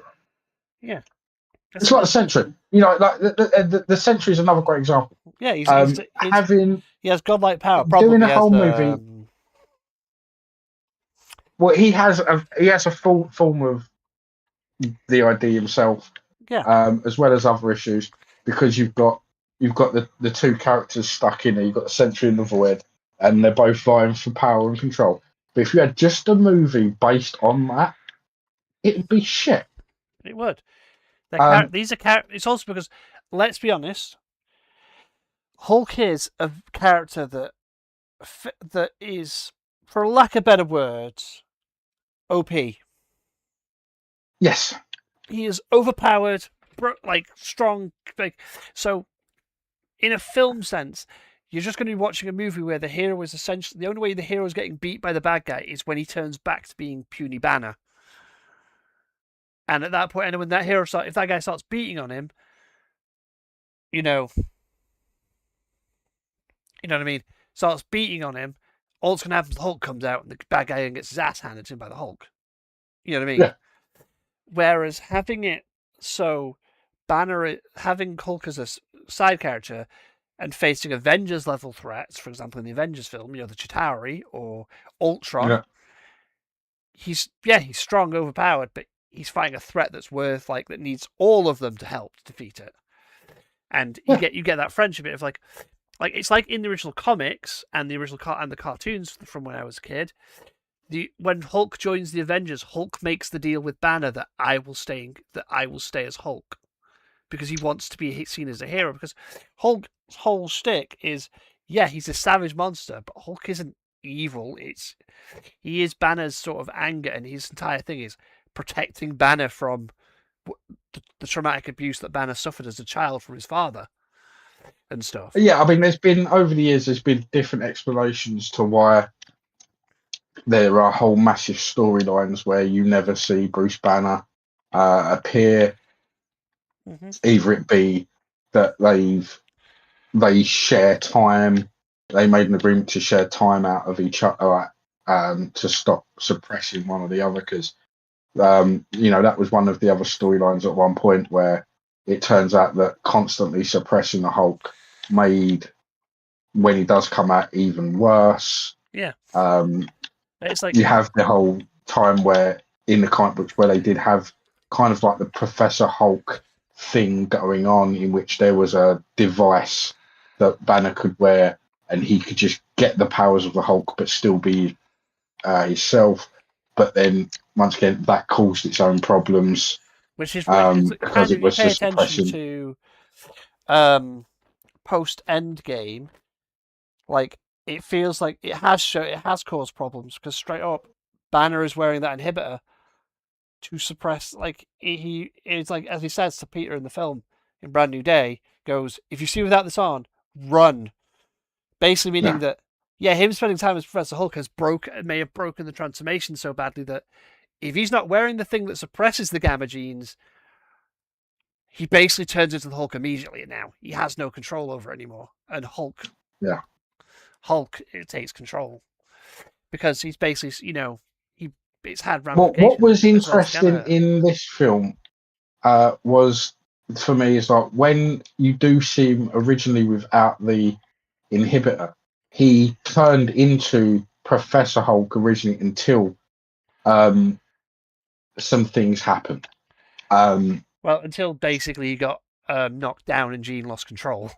And it's like Yeah, because Jean's capable of controlling Bruce's mind and making Bruce Hulk out slightly into Professor Hulk, but she can't. Then she tries to retake control of his mind when it's afterwards, and she's just getting kicked out. And it's like, oh no, because the point of fact is, so many villains have tried it, and it's happened sometimes in the comics. The Hulk itself can't be mind controlled. well, not necessarily true. So this is a fun story that people forget. The original first Avengers comic is actually a Loki villain story, but how it starts out is Loki is controlling the Hulk and mind controlling the Hulk, and takes him to a circus to work as a strongman slash clown. And then things go awry. And then they go and fight Loki. Back when Marvel's whimsy era of comics, where they were very whimsical, was shit. It's like, look at it. You know what? What's Loki's villain of the week doing this week? He is making the Hulk dance in a fucking circus for no reason. Yeah, I mean, to be fair, it's a because what is especially back then, what could be classed as an event, a threat so big that you need to get 5 other heroes together to stop it. Well, actually, the Hulk being mind controlled and going on a rampage in a manner that is methodical is actually quite a good excuse for the Avengers to get together. I forgot Zemnu the Living Titan used to be called Zemnu the Living Hulk. Yeah, so I could do a lecture on this stuff. Well, we'll do that in another episode. But yeah, in summary, I'm kind of wondering now if Doomsday's villain is Doom, but because the trailer has Doom talking at the beginning and basically saying something, basically stroking out something coming, and basically that trying to not talking in a way that a villain would talk. You know what I mean? Like he's talking like someone who's actually trying to warn them. And they think he's the villain because possibly he's done something by accident, not realizing it, and and because he's a villain in the Fantastic Four's universe. You know what I mean? And they've come over. I don't think I don't think he is a villain yet in the Fantastic Four universe because of the new trailer and the way Sue says, "I knew he was damaged. I didn't realize he was broken." I've got a feeling that what we saw at the end of Fantastic Four, where he's talking to Franklin, is at a point in time. Because the other thing is that Doomsday had a seat at the Future Foundation. I think up until that point, he's been friendly with that version of the Fantastic Four. He's not had his absolute and utter disdain for Reed Richards get a hold of him yet. Fucking Reed Richards breathes Doom. I took offense to that. It is the silliest. It is. He is. I'm going to be honest.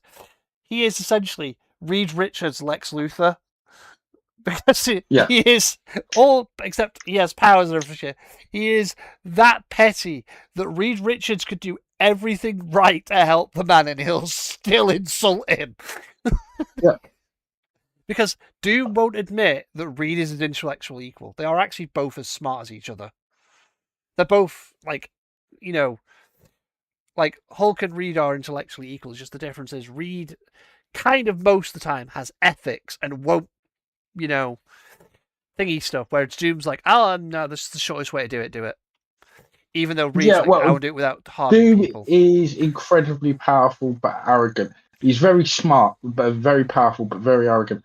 I mean, in terms of intelligence in the Marvel universe, weirdly enough, it has always kind of been around. Doom Doom is more on the level, weirdly enough, of Tony Stark, whereas the top tier is dependent on the storyline is between Reed Richards and Valeria Richards. Once or twice you'll get a couple of the other people involved, but like both weirdly enough, both Tony and Doom are very good at manipulating other people's stuff, and turn like they're futurists, but they can work on things that, like, one of the great storylines is when Iron Man goes into space. There's the whole space thing in which there's a whole thing about his origin, and he finds a brother and stuff like that. And he can manipulate all of the alien technology there. He can work his way around it. He can pre-think a lot of things that are going on. But at one point within that, his brother says, well, why don't you just build this? And he's like, I hadn't thought about that. And he's like, well, I have, which, puts his brother as someone more intelligent than him. He could think of building something that Iron Man should be building. Whereas what Iron Man usually does, or Tony Stark usually does, is he builds something goes wrong, he then improves on that. Whereas a character like Valeria or Reed, they can think of something, then build it, and it is almost future proofed for a while. They are inventors, not tinkerers. Oh yeah, but honestly, also Reed is. It's like Forge can build any machine. Forge can build it. You can just think of anything to build. But I was running with. But he's not necessarily intelligent. No, that's the thing. He's not. Whereas Reed Richard can envision it, figure out how it works, and build it. Like he full well is intelligent enough to go, yeah, this Reed turned the negative zone into a prison. Yeah, I mean, here's the thing. So, like, if Reed can build it, Tony Stark, through trial and error, can find ways of improving it. He'll see a weakness in it, but he's not going to be the person to build that thing. Someone else has to come up with the idea and get it done. He can probably build it. The three smartest people in Marvel are Tony, Reed, and Hank, if I remember correctly. Well, like I said, normally it's put down as like in the hierarchy of intelligence. For the most part, it's usually a mix between, weirdly enough, Galactus, I'm about Earth Reed only. Richards. I'm about Earth only. Yeah, even then. So even then, it's Reed Richards, Valeria Richards, and I can't remember. Marvel Comics Intelligence Scope. That was a thing back in the day.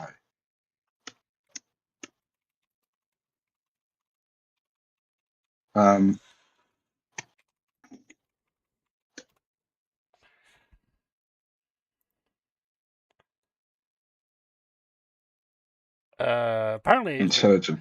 Apparently now it's Luna Lafayette, aka Moon Girl. Well, so Moon Girl, yeah, I was just about to say, over the last few years, Moon Girl has been put up there with the big. So Omnipresence, it's Galactus and the Watcher. Yeah, it's last. Yeah, Tony Stark is put in the same bracket as someone like Peter Parker. But top tiers are, there we go. So Peter Parker, Tony Stark, Bruce Banner are all on the same level. Reed Richards, Valeria Richards, Victor Von Doom are all on the same level. But then also in the same thing, it's got Moon Girl, Reed Richards, Valeria Richards. and not Victor Von Doom. And then Amadeus Cho right at the very bottom of the intelligence meter of the most intelligent I man. always forget Amadeus Cho even exists. I'm not gonna lie. A lot of people do. If you forget fair, a lot of people forget Rocket Raccoon's a fucking genius. Rocket Raccoon is once again. He's on. I mean, intelligence level. He is the Tony Stark, Bruce Banner, Peter Parker level. You know, he could. So yes, I there's will stuff say, that they I'm can looking at invent, a but they 35 smartest Marvel comic characters ranked. Rocket is 35. 34 shocked me. Shadowcat. I always forget Kitty is actually fucking smart.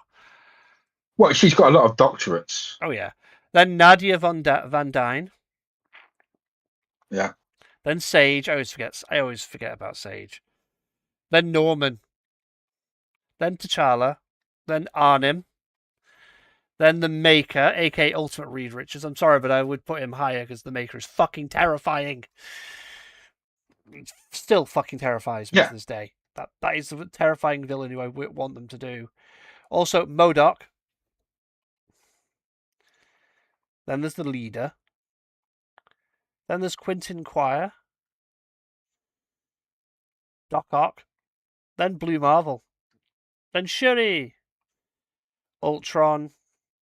Charles Xavier. You always forget because I know Charles is a fucking smart as hell person, but I always forget that he's how intelligent he is because most of the time he spends his time just using his fucking mutant powers and not being a. But yeah, I remember he's a teacher. Then Riri apparently is number 19. Stephen Strange is number 18. Rogers is 17 apparently. I would have actually thought Rogers would be so high. Number 6. No, see, a lot of these things, they're. It's not quite the same thing. I mean, if you talk, it depends on what you're talking about. I mean, I think what it is it's because Steve is a military tactician. His intelligence is military intelligence, so he is quite smart. He's a very smart, like adapting completely to the situation. Number 16 is Mr. Sinister, who I will forever love with my favorite quote from my favorite comic that is sat next to me. Do you know what this is, human? No, a gun. a face hugger gun that fires face huggers. What the fuck, Sinister?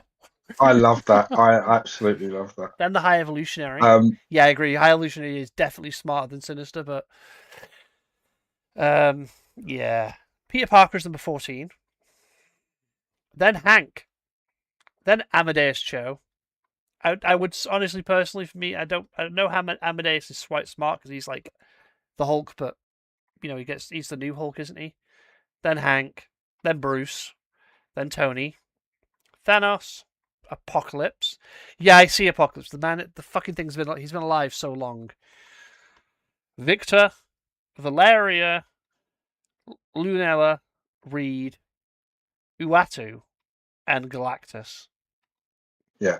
Well, they're omnipresent characters. They kind of, for the most part, instantly know stuff. They know everything. That makes sense. But the most powerful, the most smartest person is Reed Richards. But I'm pretty sure that even in a young age, Valeria, like comics-wise, it's shown us from a toddler that she's very much on the track to surpass Reed Richards.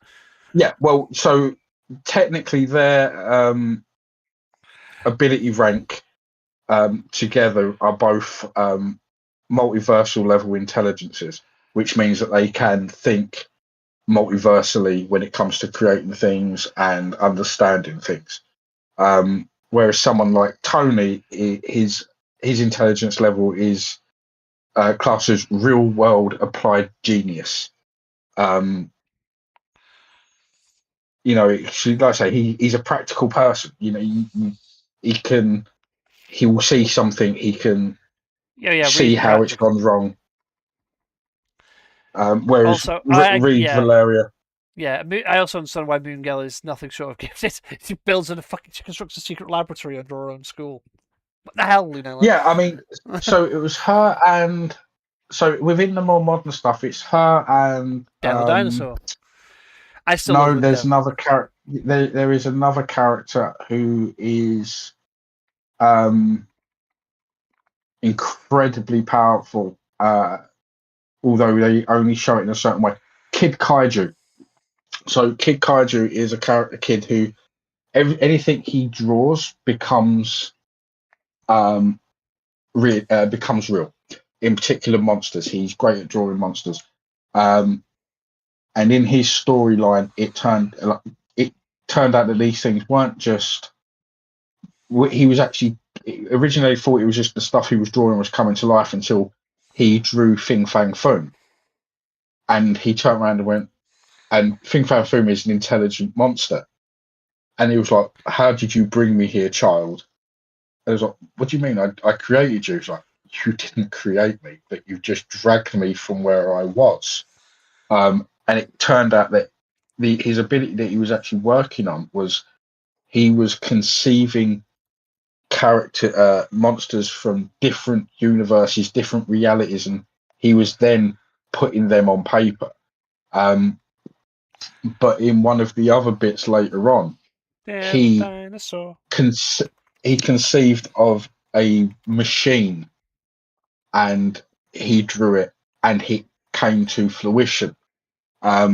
So it'd be I can't remember how they put it, but technically he would be an incredibly intelligent character as well, because he imagines something.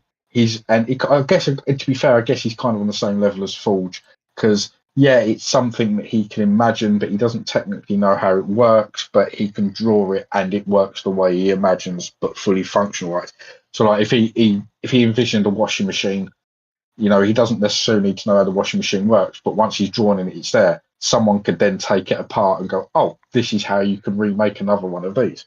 So yeah, I guess his power scaling is a bit different, but yeah, he came out around the same time as Moon Girl, and he is another intelligent character, but in a different way.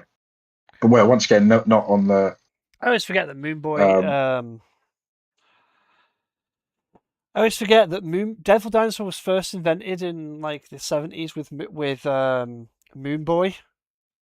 Not, and then Moon Girl, came out in the future. They were like, "Let's do Moon Girl. She's called Moon Girl. Why don't we bring Devil Dinosaur back from another dimension?" Yeah, I mean, I'm a big fan of the Marvel MonsterVerse. It's something that doesn't get touched on very much anymore, sadly. But yeah, they do have a great monsters list, and weirdly enough, like Kid Kaiju was one of the few characters in recent years that actually did touch on it, because he did bring so many of the old Marvel monsters through. Including one, and this goes back to something that we talked about a minute ago, we should talk about on a later day, to do with the Hulk. One of the characters that he brings through is a monster called the Heap.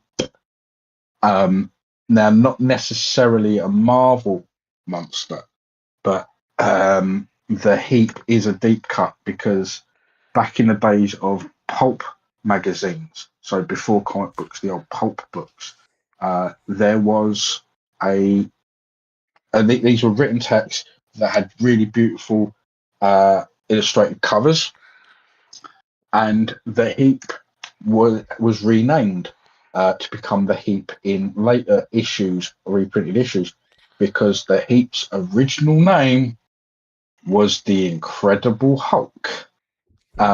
And this was many, many decades before Marvel. This was back before Time Lee was even a comic book company. And yes, and it was just basically a big grey monster thing. And by the time reprints of it came out, Marvel was around, and they had their Incredible Hulk, which they basically took verbatim from that and made a monster. I now understand why Doom hates Moon Girl. Because she solves the banner box, or the thing that not even Bruce Banner himself could solve, and basically, or Reed Richards has solved. And she solves it in seconds, and basically she's the smartest person on the fucking earth. And Doom is like, nope, I cannot be beaten by a child. Fucking Doom, petty Doom as usual. Nope, I am someone smarter than me. Well, that's one of the reasons why I love his relationship, weirdly enough, with Valeria Richards, because there's a whole background story as he has a very deep cut connection to Valeria. But in later comics, when they're together and Valeria goes off on her own to actually just goes to Doomstadt to meet Doom against the fans' witnesses. And she's like, "Well, why do you have such an issue with my family but not with me?" And he's like, I don't really have an issue with your mother. And he's like, "Okay, why do you have an issue with my dad and not with me?" And he's like, "Because you're truly intelligent and aspirational intelligence, someone who I can talk to on my level." And I always find that quite fun. That he actually has a respect for what Valeria is and what Valeria can be.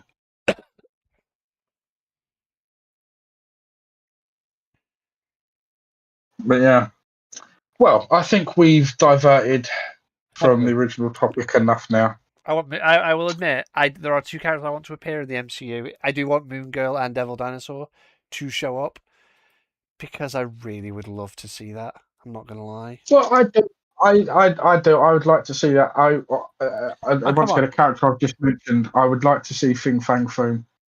Mostly because I want the Green character. Dragon in his boxer shorts. I need it. I need the Green Dragon in the boxer shorts. Here's something that's really annoying. This was something from so long ago now, like during the time of them making. I think it was around about the Age of Ultron stuff, where I can't remember who it was now, but they were talking about the movie that they were working on, and they were asked about.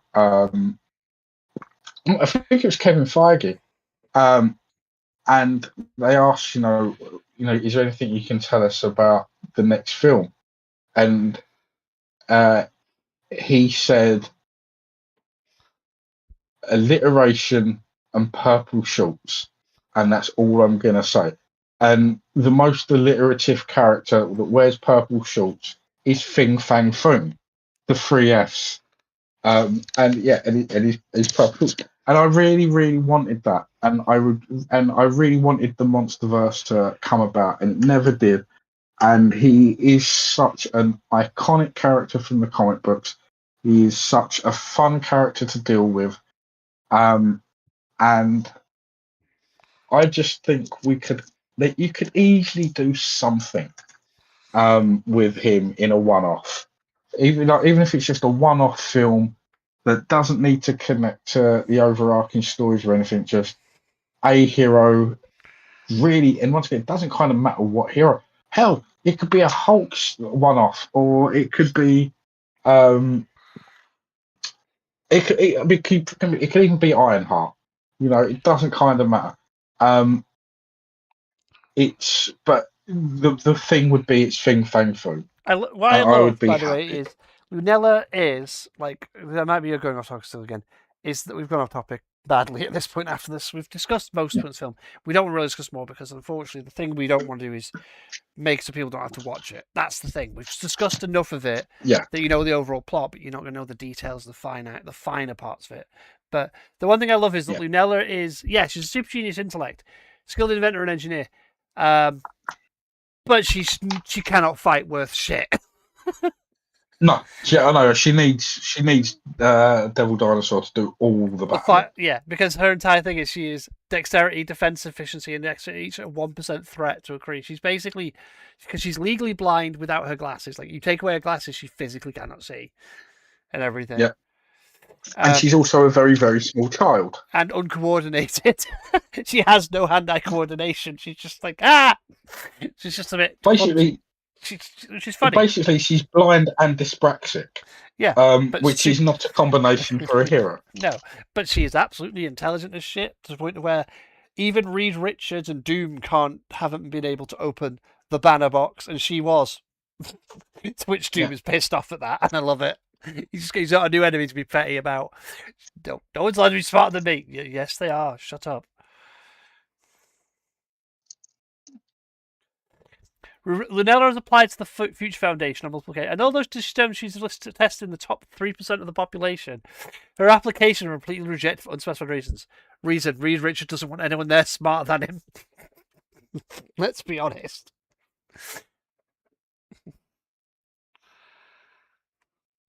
Oh no. You gotta be honest. I love the fact that Moon Girl is like comically. He's like, yeah, she's the most intelligent Marvel character, like Marvel human character, essentially so far. Problem, she has no hand-eye coordination, and she's basically blind, and I love it. Yeah. She's just well. She has to have a giant red devil T-Rex do all the work for her.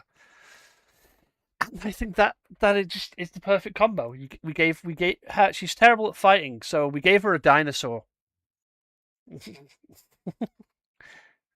And yeah, it seems fair. Oh yeah, that's why I love Devil Dinosaur. Devil Dinosaur is fucking awesome. It's a giant red T-Rex with intelligence for human. That's actually how intelligent Devil Dinosaur actually is, by the way. But yeah. Also, the fact that to try and when her human genes activated, where she could learn the ability to swap her mind with people and stuff. So she swapped her mind with Devil Dinosaur, and it became basically a feral version of her. She made it a battle armor, but because she could only source the stuff from like her school, it was essentially made out of like techno bits and Lego. To the point of Kid Kree hit it once and it fell apart. And I kind of find that hilarious. That it's like, yeah, we understand that. Like, yeah, she's only good at what she can only build what she can scavenge. She scavenges mostly Lego and techno parts to make a robot suit for Devil Dinosaur to be able to fight alongside her when she takes control of its body. Problem, it's made of Lego, so Kid Kree punched it once and it fell apart. Just like. And I like that. That's like, yeah, we've been pointing out how silly this was because on purpose. Like, I like that they acknowledged that it wasn't, that yeah, she's genius, but she doesn't have the resources to do what a lot of the other heroes have had. Also, the fact that most of her major enemy is Kid Kree. It's just Kid Kree. I mean, I'm yeah. Fucking Kid Kree. It's just like he's not even that much of a villain. He's just a kid. His name, though, is ironically, by the way, when I opened to Kid Kree's page before. Where's Kid Kree again? I've just forgotten his. Kid Kree is Melvar. Yeah.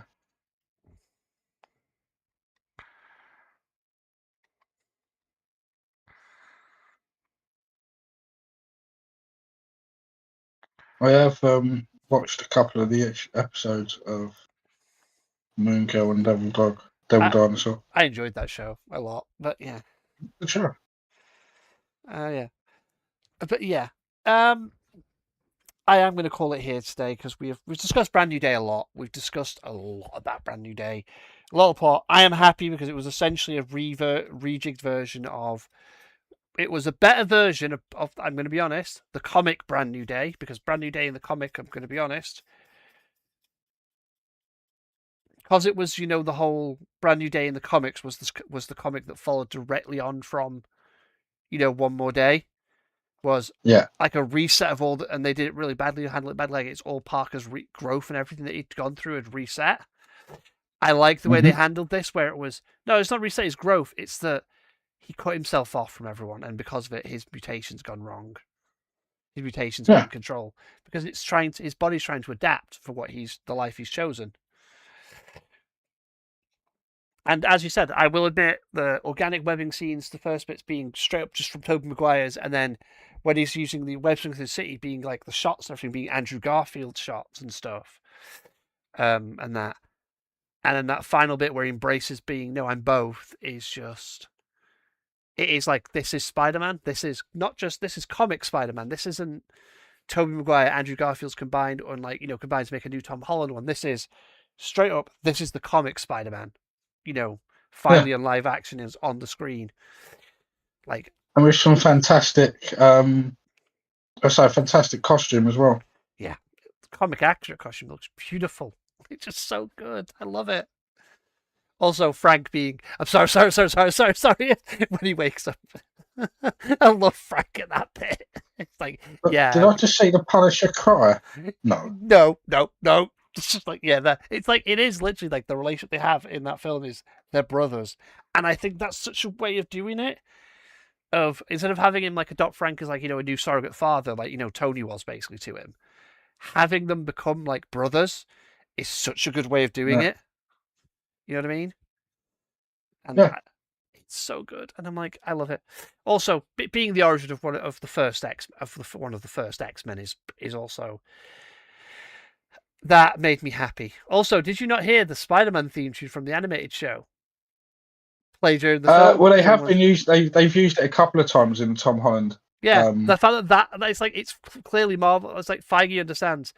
We know what you want from this Spider-Man. We know what you want from the X-Men with the 97 stuff, and we know that you want these versions of them, the animated versions being live action, the cartoons and the comics. It's like, yeah, we're going to embrace that because that's what it felt like. It felt like at that bit at the end, where the whole final fight bit, was straight up the cartoon Spider-Man. If he'd ever gotten to actually punch someone rather than constantly throwing people.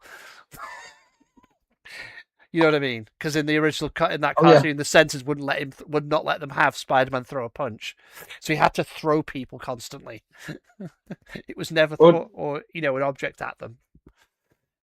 I mean, weirdly enough, I still think they in that last Spider-Man film, I really think they missed an opportunity. That with a final credit, because like we had the great Venom end credit scene. I still think they should have had the Peter Parker from those original 70s and 80s movies turn up in his really raggedy costume and just was like, did I miss everything? No, not that. Should have Spider-Ham show up. Just have Spider-Ham show up in live action as I mean, we've seen. Yeah, I mean, Spider-Ham is like, but like, I don't know if you. What? So there was if I remember correctly, and I could be wrong, because I don't think they were all American made. They were kind of like the Power Rangers, where these were the Japanese films. No, because the Japanese one isn't Spider-Man. It is specifically Spider-Man. Spider-Man, yeah, no, but there was a. Let me have a quick look, because there was a series of Spider-Man. We're getting off topic again. Like we're trying to end the show, and you're like, no, we need to go look at this. We're both distracting ourselves again. We need to. We have been going, Jax, for nearly 3 hours at this point. I don't think it was that long because we didn't start till after 8.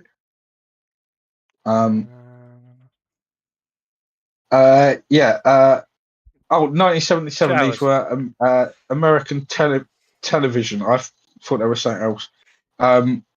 But the actor that was in them, I really think they should have. Yeah, Nicholas Hammond. He's still alive. You could have easily had him walking around in his very baggy costume. I would have enjoyed it. Just looking. But anyway. No way. No way. Oh shit, it is. What? Oh yeah, those two were films.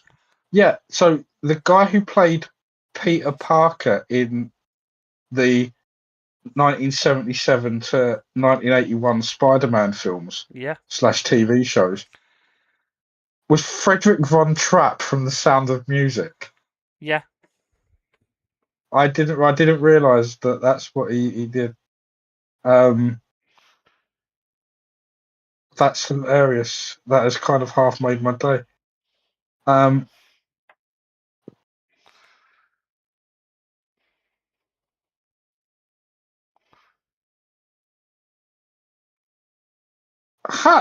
He was in the 2002 Spider-Man. As a festival goer. Didn't realise that. I still love that Tom got his brother involved only to get his part cut. in No Way Home. As revenge for a prank his brother pulled on him ages ago.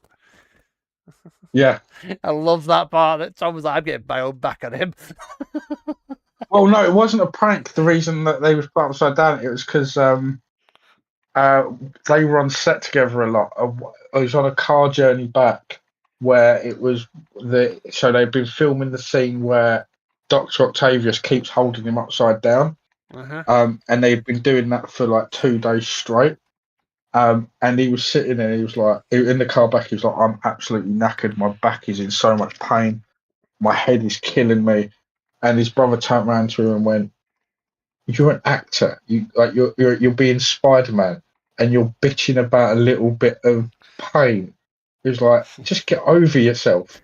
So, yeah, going so back. he turned around and got him. He turned around and got him to be the guy that Spider-Man whips and leaves upside down in the webbing. And the actual practical joke there is that he told the stunt people and the directors just to leave him up there for 20 minutes. Um, and afterwards, he was like, "Yeah, I'm really sorry, Tom. That was really, really like that. It's really painful being in that rigging and being upside down." It's like, damn fucking right it is, and you're only there for 20 minutes. Just get some revenge. Also, I will say one thing that made me happy in this film was seeing Elena. Elena showing up. Yeah, No, like I no, say, no, that is. no, this is not There's mind going to be a control. lot This of. sounds more like possession, like Baba Yaga or Leshy. Yeah, I'm like, to yes. be fair, that is going to be an awakening moment for some young men and young women out there. Oh yes. I just I love Florence Pugh. Florence Pugh is fucking amazing. I love her. Mhm. She's just so good as as Elena. She's just hilarious. Yeah, there was a great film she did recently, or a couple of years ago. Now, after what was it called? Midsummer. Midsummer Yes, from indeed. 2019. Yep. That is, Brilliant. I mean, yeah, it just reminded me so much of the original Wicker Man. It was unbelievable. Mm-hmm. She plays Goldilocks as well in the Puss in Boots movie, and the Puss in Boots: The Last Wish is so good. Yeah, I mean, And she's in that June could Part be. 3. Yeah. I mean, to be fair, I've got off uh, the newer June movies. I'm happily leaving to one side. Uh, I love the original. I really love the TV series that came out. You see, the problem that I with Um, that is that the originals are good, but the originals are nothing like the book. And the new ones are, for me, who has read those books a lot, they kind of got all of this shit right finally. oh, completely. I completely understand it. I understand why a lot of people Oh yeah, enjoyed it. for me, it's straight up as And good I as the say, book. Yeah, I'm watching it. visually, storytelling, like these are all really, really great things. I had just personally, um, I just started to find it was just too much of a slog for me. And there's nothing wrong with that. See, I had the opposite. Once again, I had the complete yeah, the opposite. thing is people are different, Oh and yeah, I say I'm not saying it's a bad. I'm not saying they're bad films at all, because like the first two, I've sat down, I've watched them. Um, Visually stunning. The actors were great. Great casting as well. So like I say, I'm not saying that they're bad films. It's just that for me, it's just not something I want to. I don't really want to sit for any more scientific operas, if you know what I mean. the thing is, Sci-fi operas anymore. the thing is, Dune is in all essence, as Frank said, as Frank's son even said, and Frank said with the whole Paul. Paul is not the hero of Dune. He's not a hero. He is the essentially what happens when you put faith in prophecy and the Messiah figure. He's not the hero. He's just or a villain. He is just Paul Atreides. Yeah, It's the whole thing with Dune is it's meant to be. It was in essence is a deconstruction of the whole heroes becoming villains or heroes or villains thing. Is there isn't one in Dune.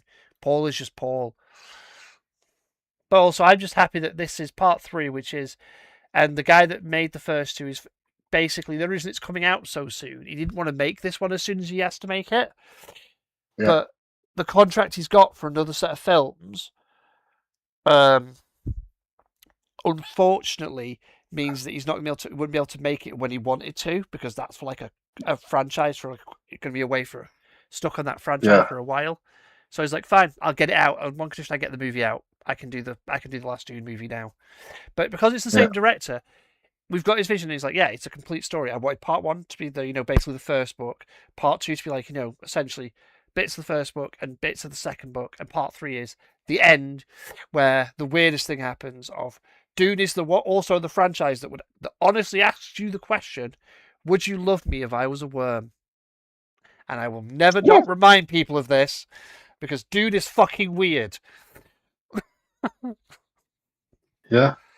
Like, sorry, but no one can ever tell me that Dune is not a weird franchise, because Paul Atreides turns into a fucking sandworm at the end of it. I mean, for a story that is largely about a bunch of people taking drugs. Oh yeah. The thing about the thing about Dune as well is a lot of the stuff from the Dune movie, people go, oh, I've seen all this shit before, but I'm like, yeah, this is the origin of all that shit. This is where all those sci-fi movies and shit stole their stuff from. Is this? This is the original, basically. It's like John Carter came out after we had Avatar and stuff, and people are like, oh, this is just Avatar. But I'm like, John Carter's the origin, because it's a book that was made years ago before this movie came out. This is where they stole the ideas for a lot of these stuff from. Just the movie came out after someone had already made the movie. Well, yeah, I mean, ideas. Princess of, once again, this goes back to pulp books. Yeah. But yeah, Princess of Mars and all those sort of things were old stories, and all very good, and they never really got the tales right. I mean, I can't remember the name of the character now. Adam is it Adam Strange? DC character, yes. An adaptation of that storyline is the Adam Strange stuff, in which this is a character that gets transported to a different planet regularly without his really consent or ability, and he gets caught up in random Martian and Venusian storylines. But if you ever want to have some fun in that universe for people listening, there is a John Carter. It's actually called Princess of Mars, and it is B-movie schlock that had some money. But the person that plays the Princess of Mars is a infamous porn star actress called Tracy Lords. That's the franchise he's taking control of. James Bond. Yeah. But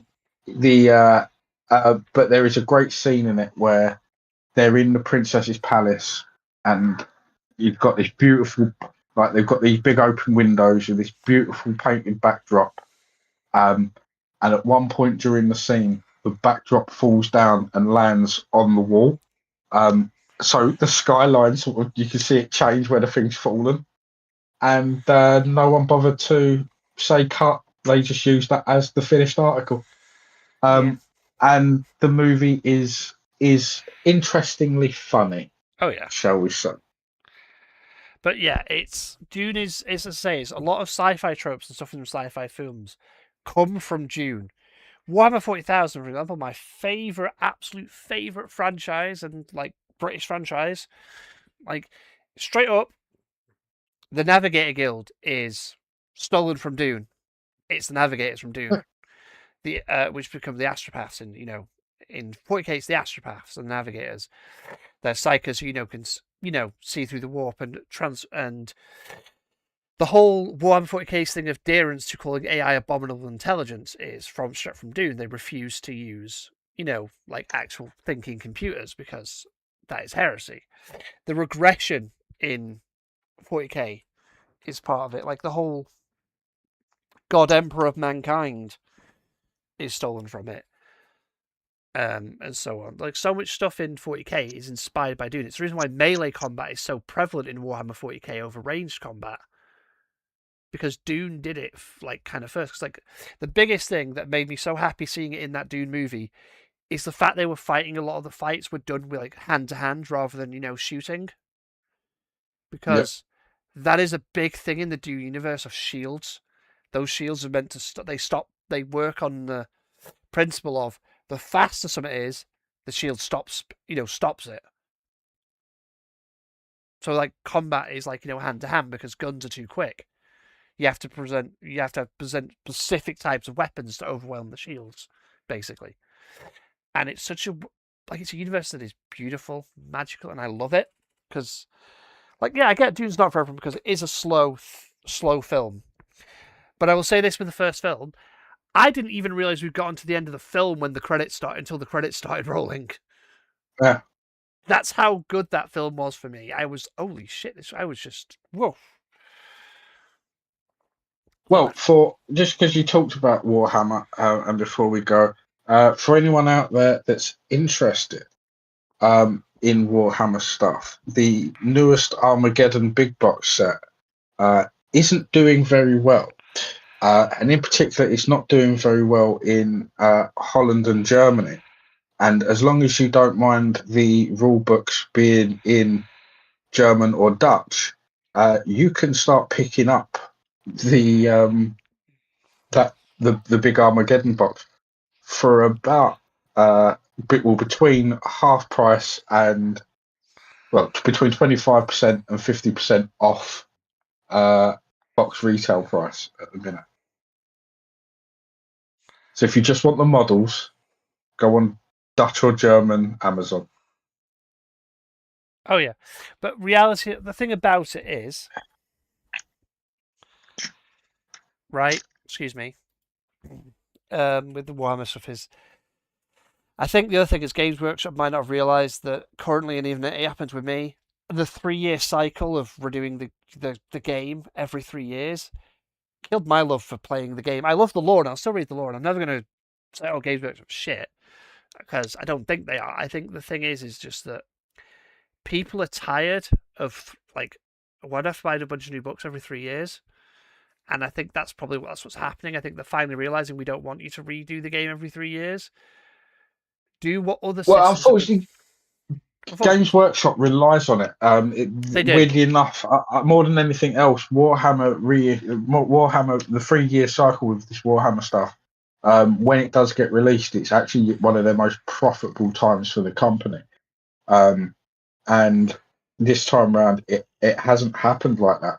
I don't, a lot more about this stuff than I do, because it's not my thing. Although I've been talking to a couple of my friends that play it. But the big thing that started to annoy people, that one or two people that I know that actually bought this when it came out, is one, how little is in the book guides for things for them to do with this stuff.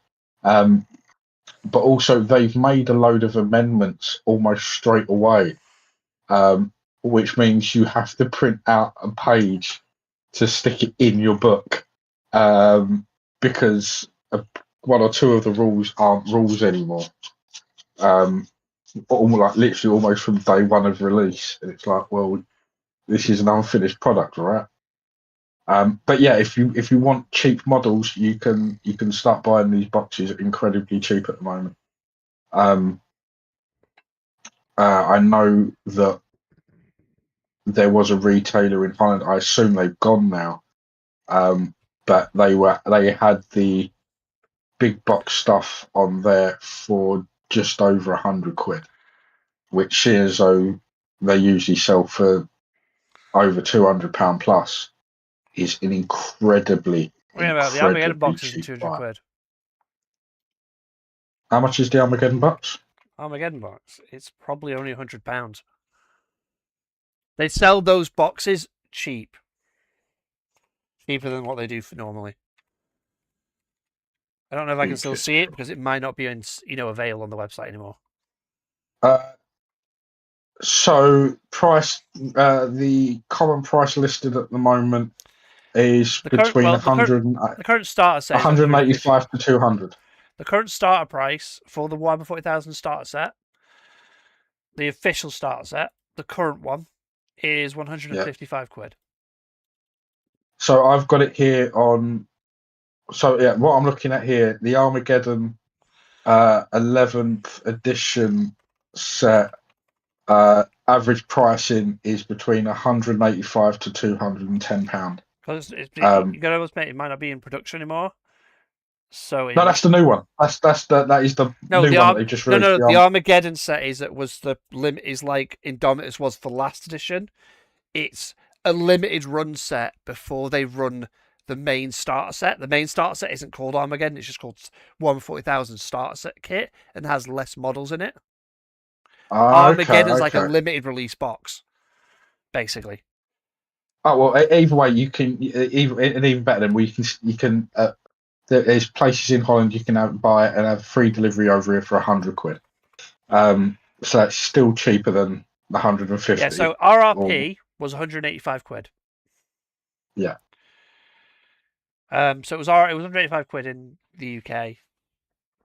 So roughly, if whatever the conversion is less than that with the shipping fee, do it if you can get it, if you want the models in it. Me, no interest. Space Marines versus Orcs. I play neither army. Starter set has no interest to me. Yeah. And the rules are free for this edition. And for me, I've looked at the rules and gone, they don't fix what I don't like about 10th edition. With 11th edition, doesn't fix it. So, not interested. Fair. I will stick to my other alternate war games that are, in my opinion, fix my issues with Warhammer, such as War Surge that fixes my major issue of making the game alternate activation, and then having the phase where you do all the fighting in the combat phase. Things don't die until the end of that phase, meaning that both players get to interact and do stuff with their units. Whereas Warhammer has the whole, I go, do all my movement, my shooting, my charges, then combat is alternating between us, and then, you know what I mean? And then you do all all that on your turn. Has that whole, I can wipe out units in your army that are really powerful on my turn, and you don't get to use that cool model you've brought because you want to use a cool model, because I just killed it in the first turn. So I prefer systems that have got alternate activations, and the kill rules are things die at the end of the turn. We've completely gone off topic, and now we're talking about Warhammer because you've got me started Warhammer. We will have an entire podcast on that probably at one point. Probably the next one, because I'm going to be honest. And X-Men 97, we will cover the series. It's just that because of stuff going on, we're not going to have regular podcasts probably until after August. For now, we can only do the podcast even when we can do it at this time. So for now, it's just we're going to be intermittent with the podcast until September, when we'll get back to regular ones. I will say I watched the episode today, and I think me and you have got two very different opinions on what we saw at the end. I think, and it would be interesting to see where it goes. I think you think Gambit did a thing, and I think that actually what we saw there is what I was talking about with Scott Summers. No. I think that's what's happened to Gambit. I think what you were about Scott Summers happened to Gambit, but I'm also now kind of convinced maybe Apocalypse isn't the big bad, and the big bad is Onslaught. Mm-hmm. Who will show up at the finale like, oh shit. They'll do a whole, like last time, where Bastion only really showed up in the last 2 episodes. Like, crap, here's on, because it'll be. Next episode is going to break my heart, and you know it's going to break my heart.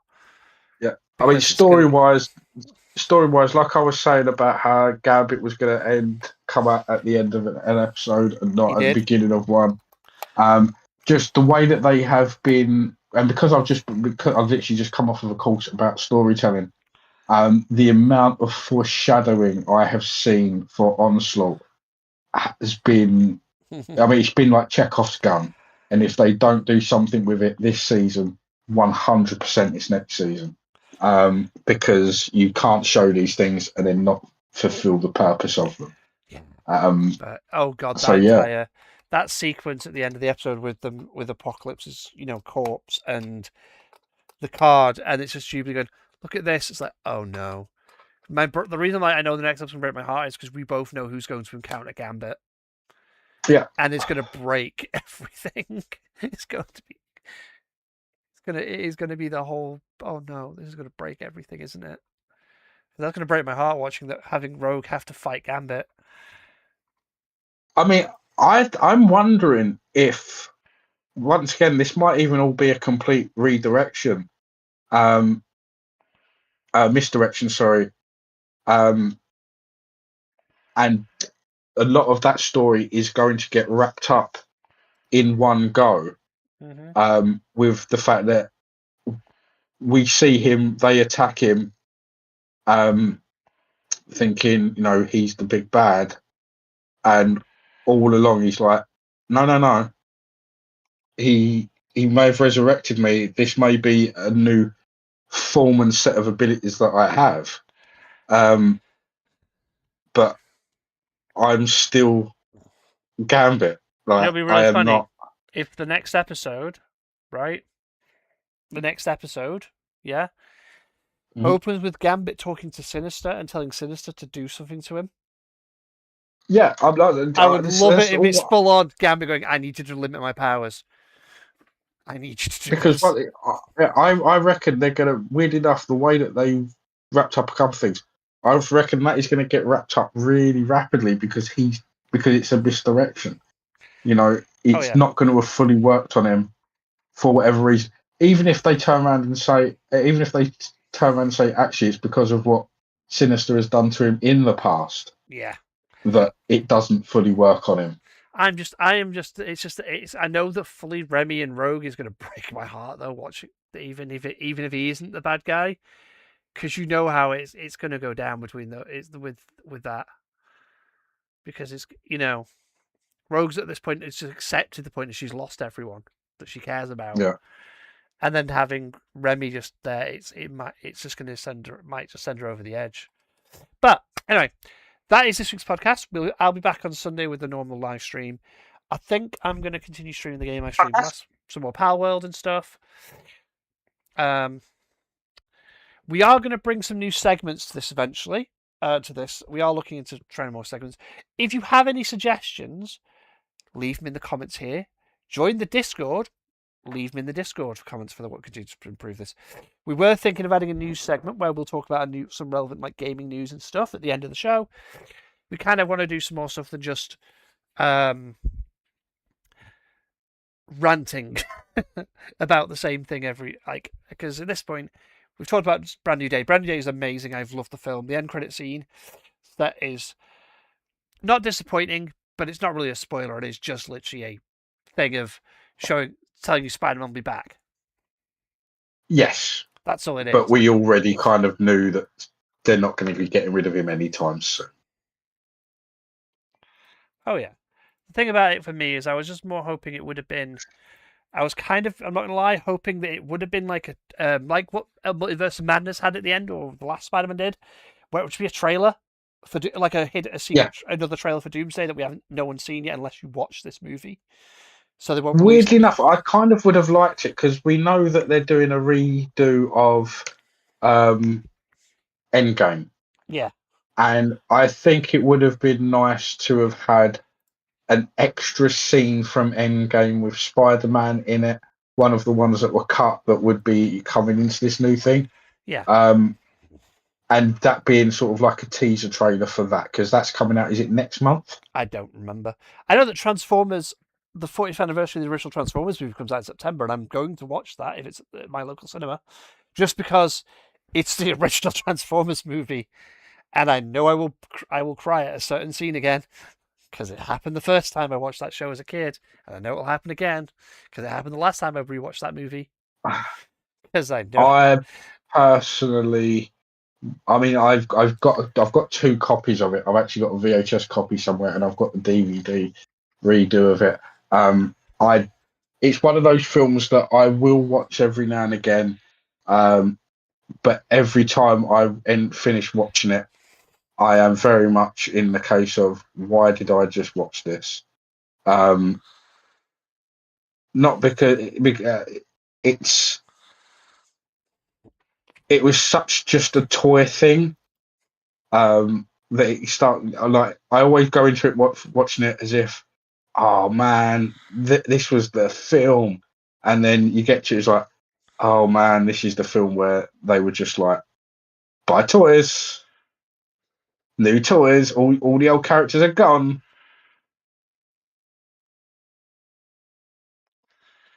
Yeah, but I'm waiting for. Well, we'll see where it's going with the next Marvel stuff, and we know our issues with Hasbro about Transformers. Let's be honest, the Hasbro toys are shit. It saddens me because I used to love collecting stuff like old toys and shit. I have a lot of old Alien toys, but yeah. Anyway, au revoir, goodbye. I'm gonna say goodbye, Jack.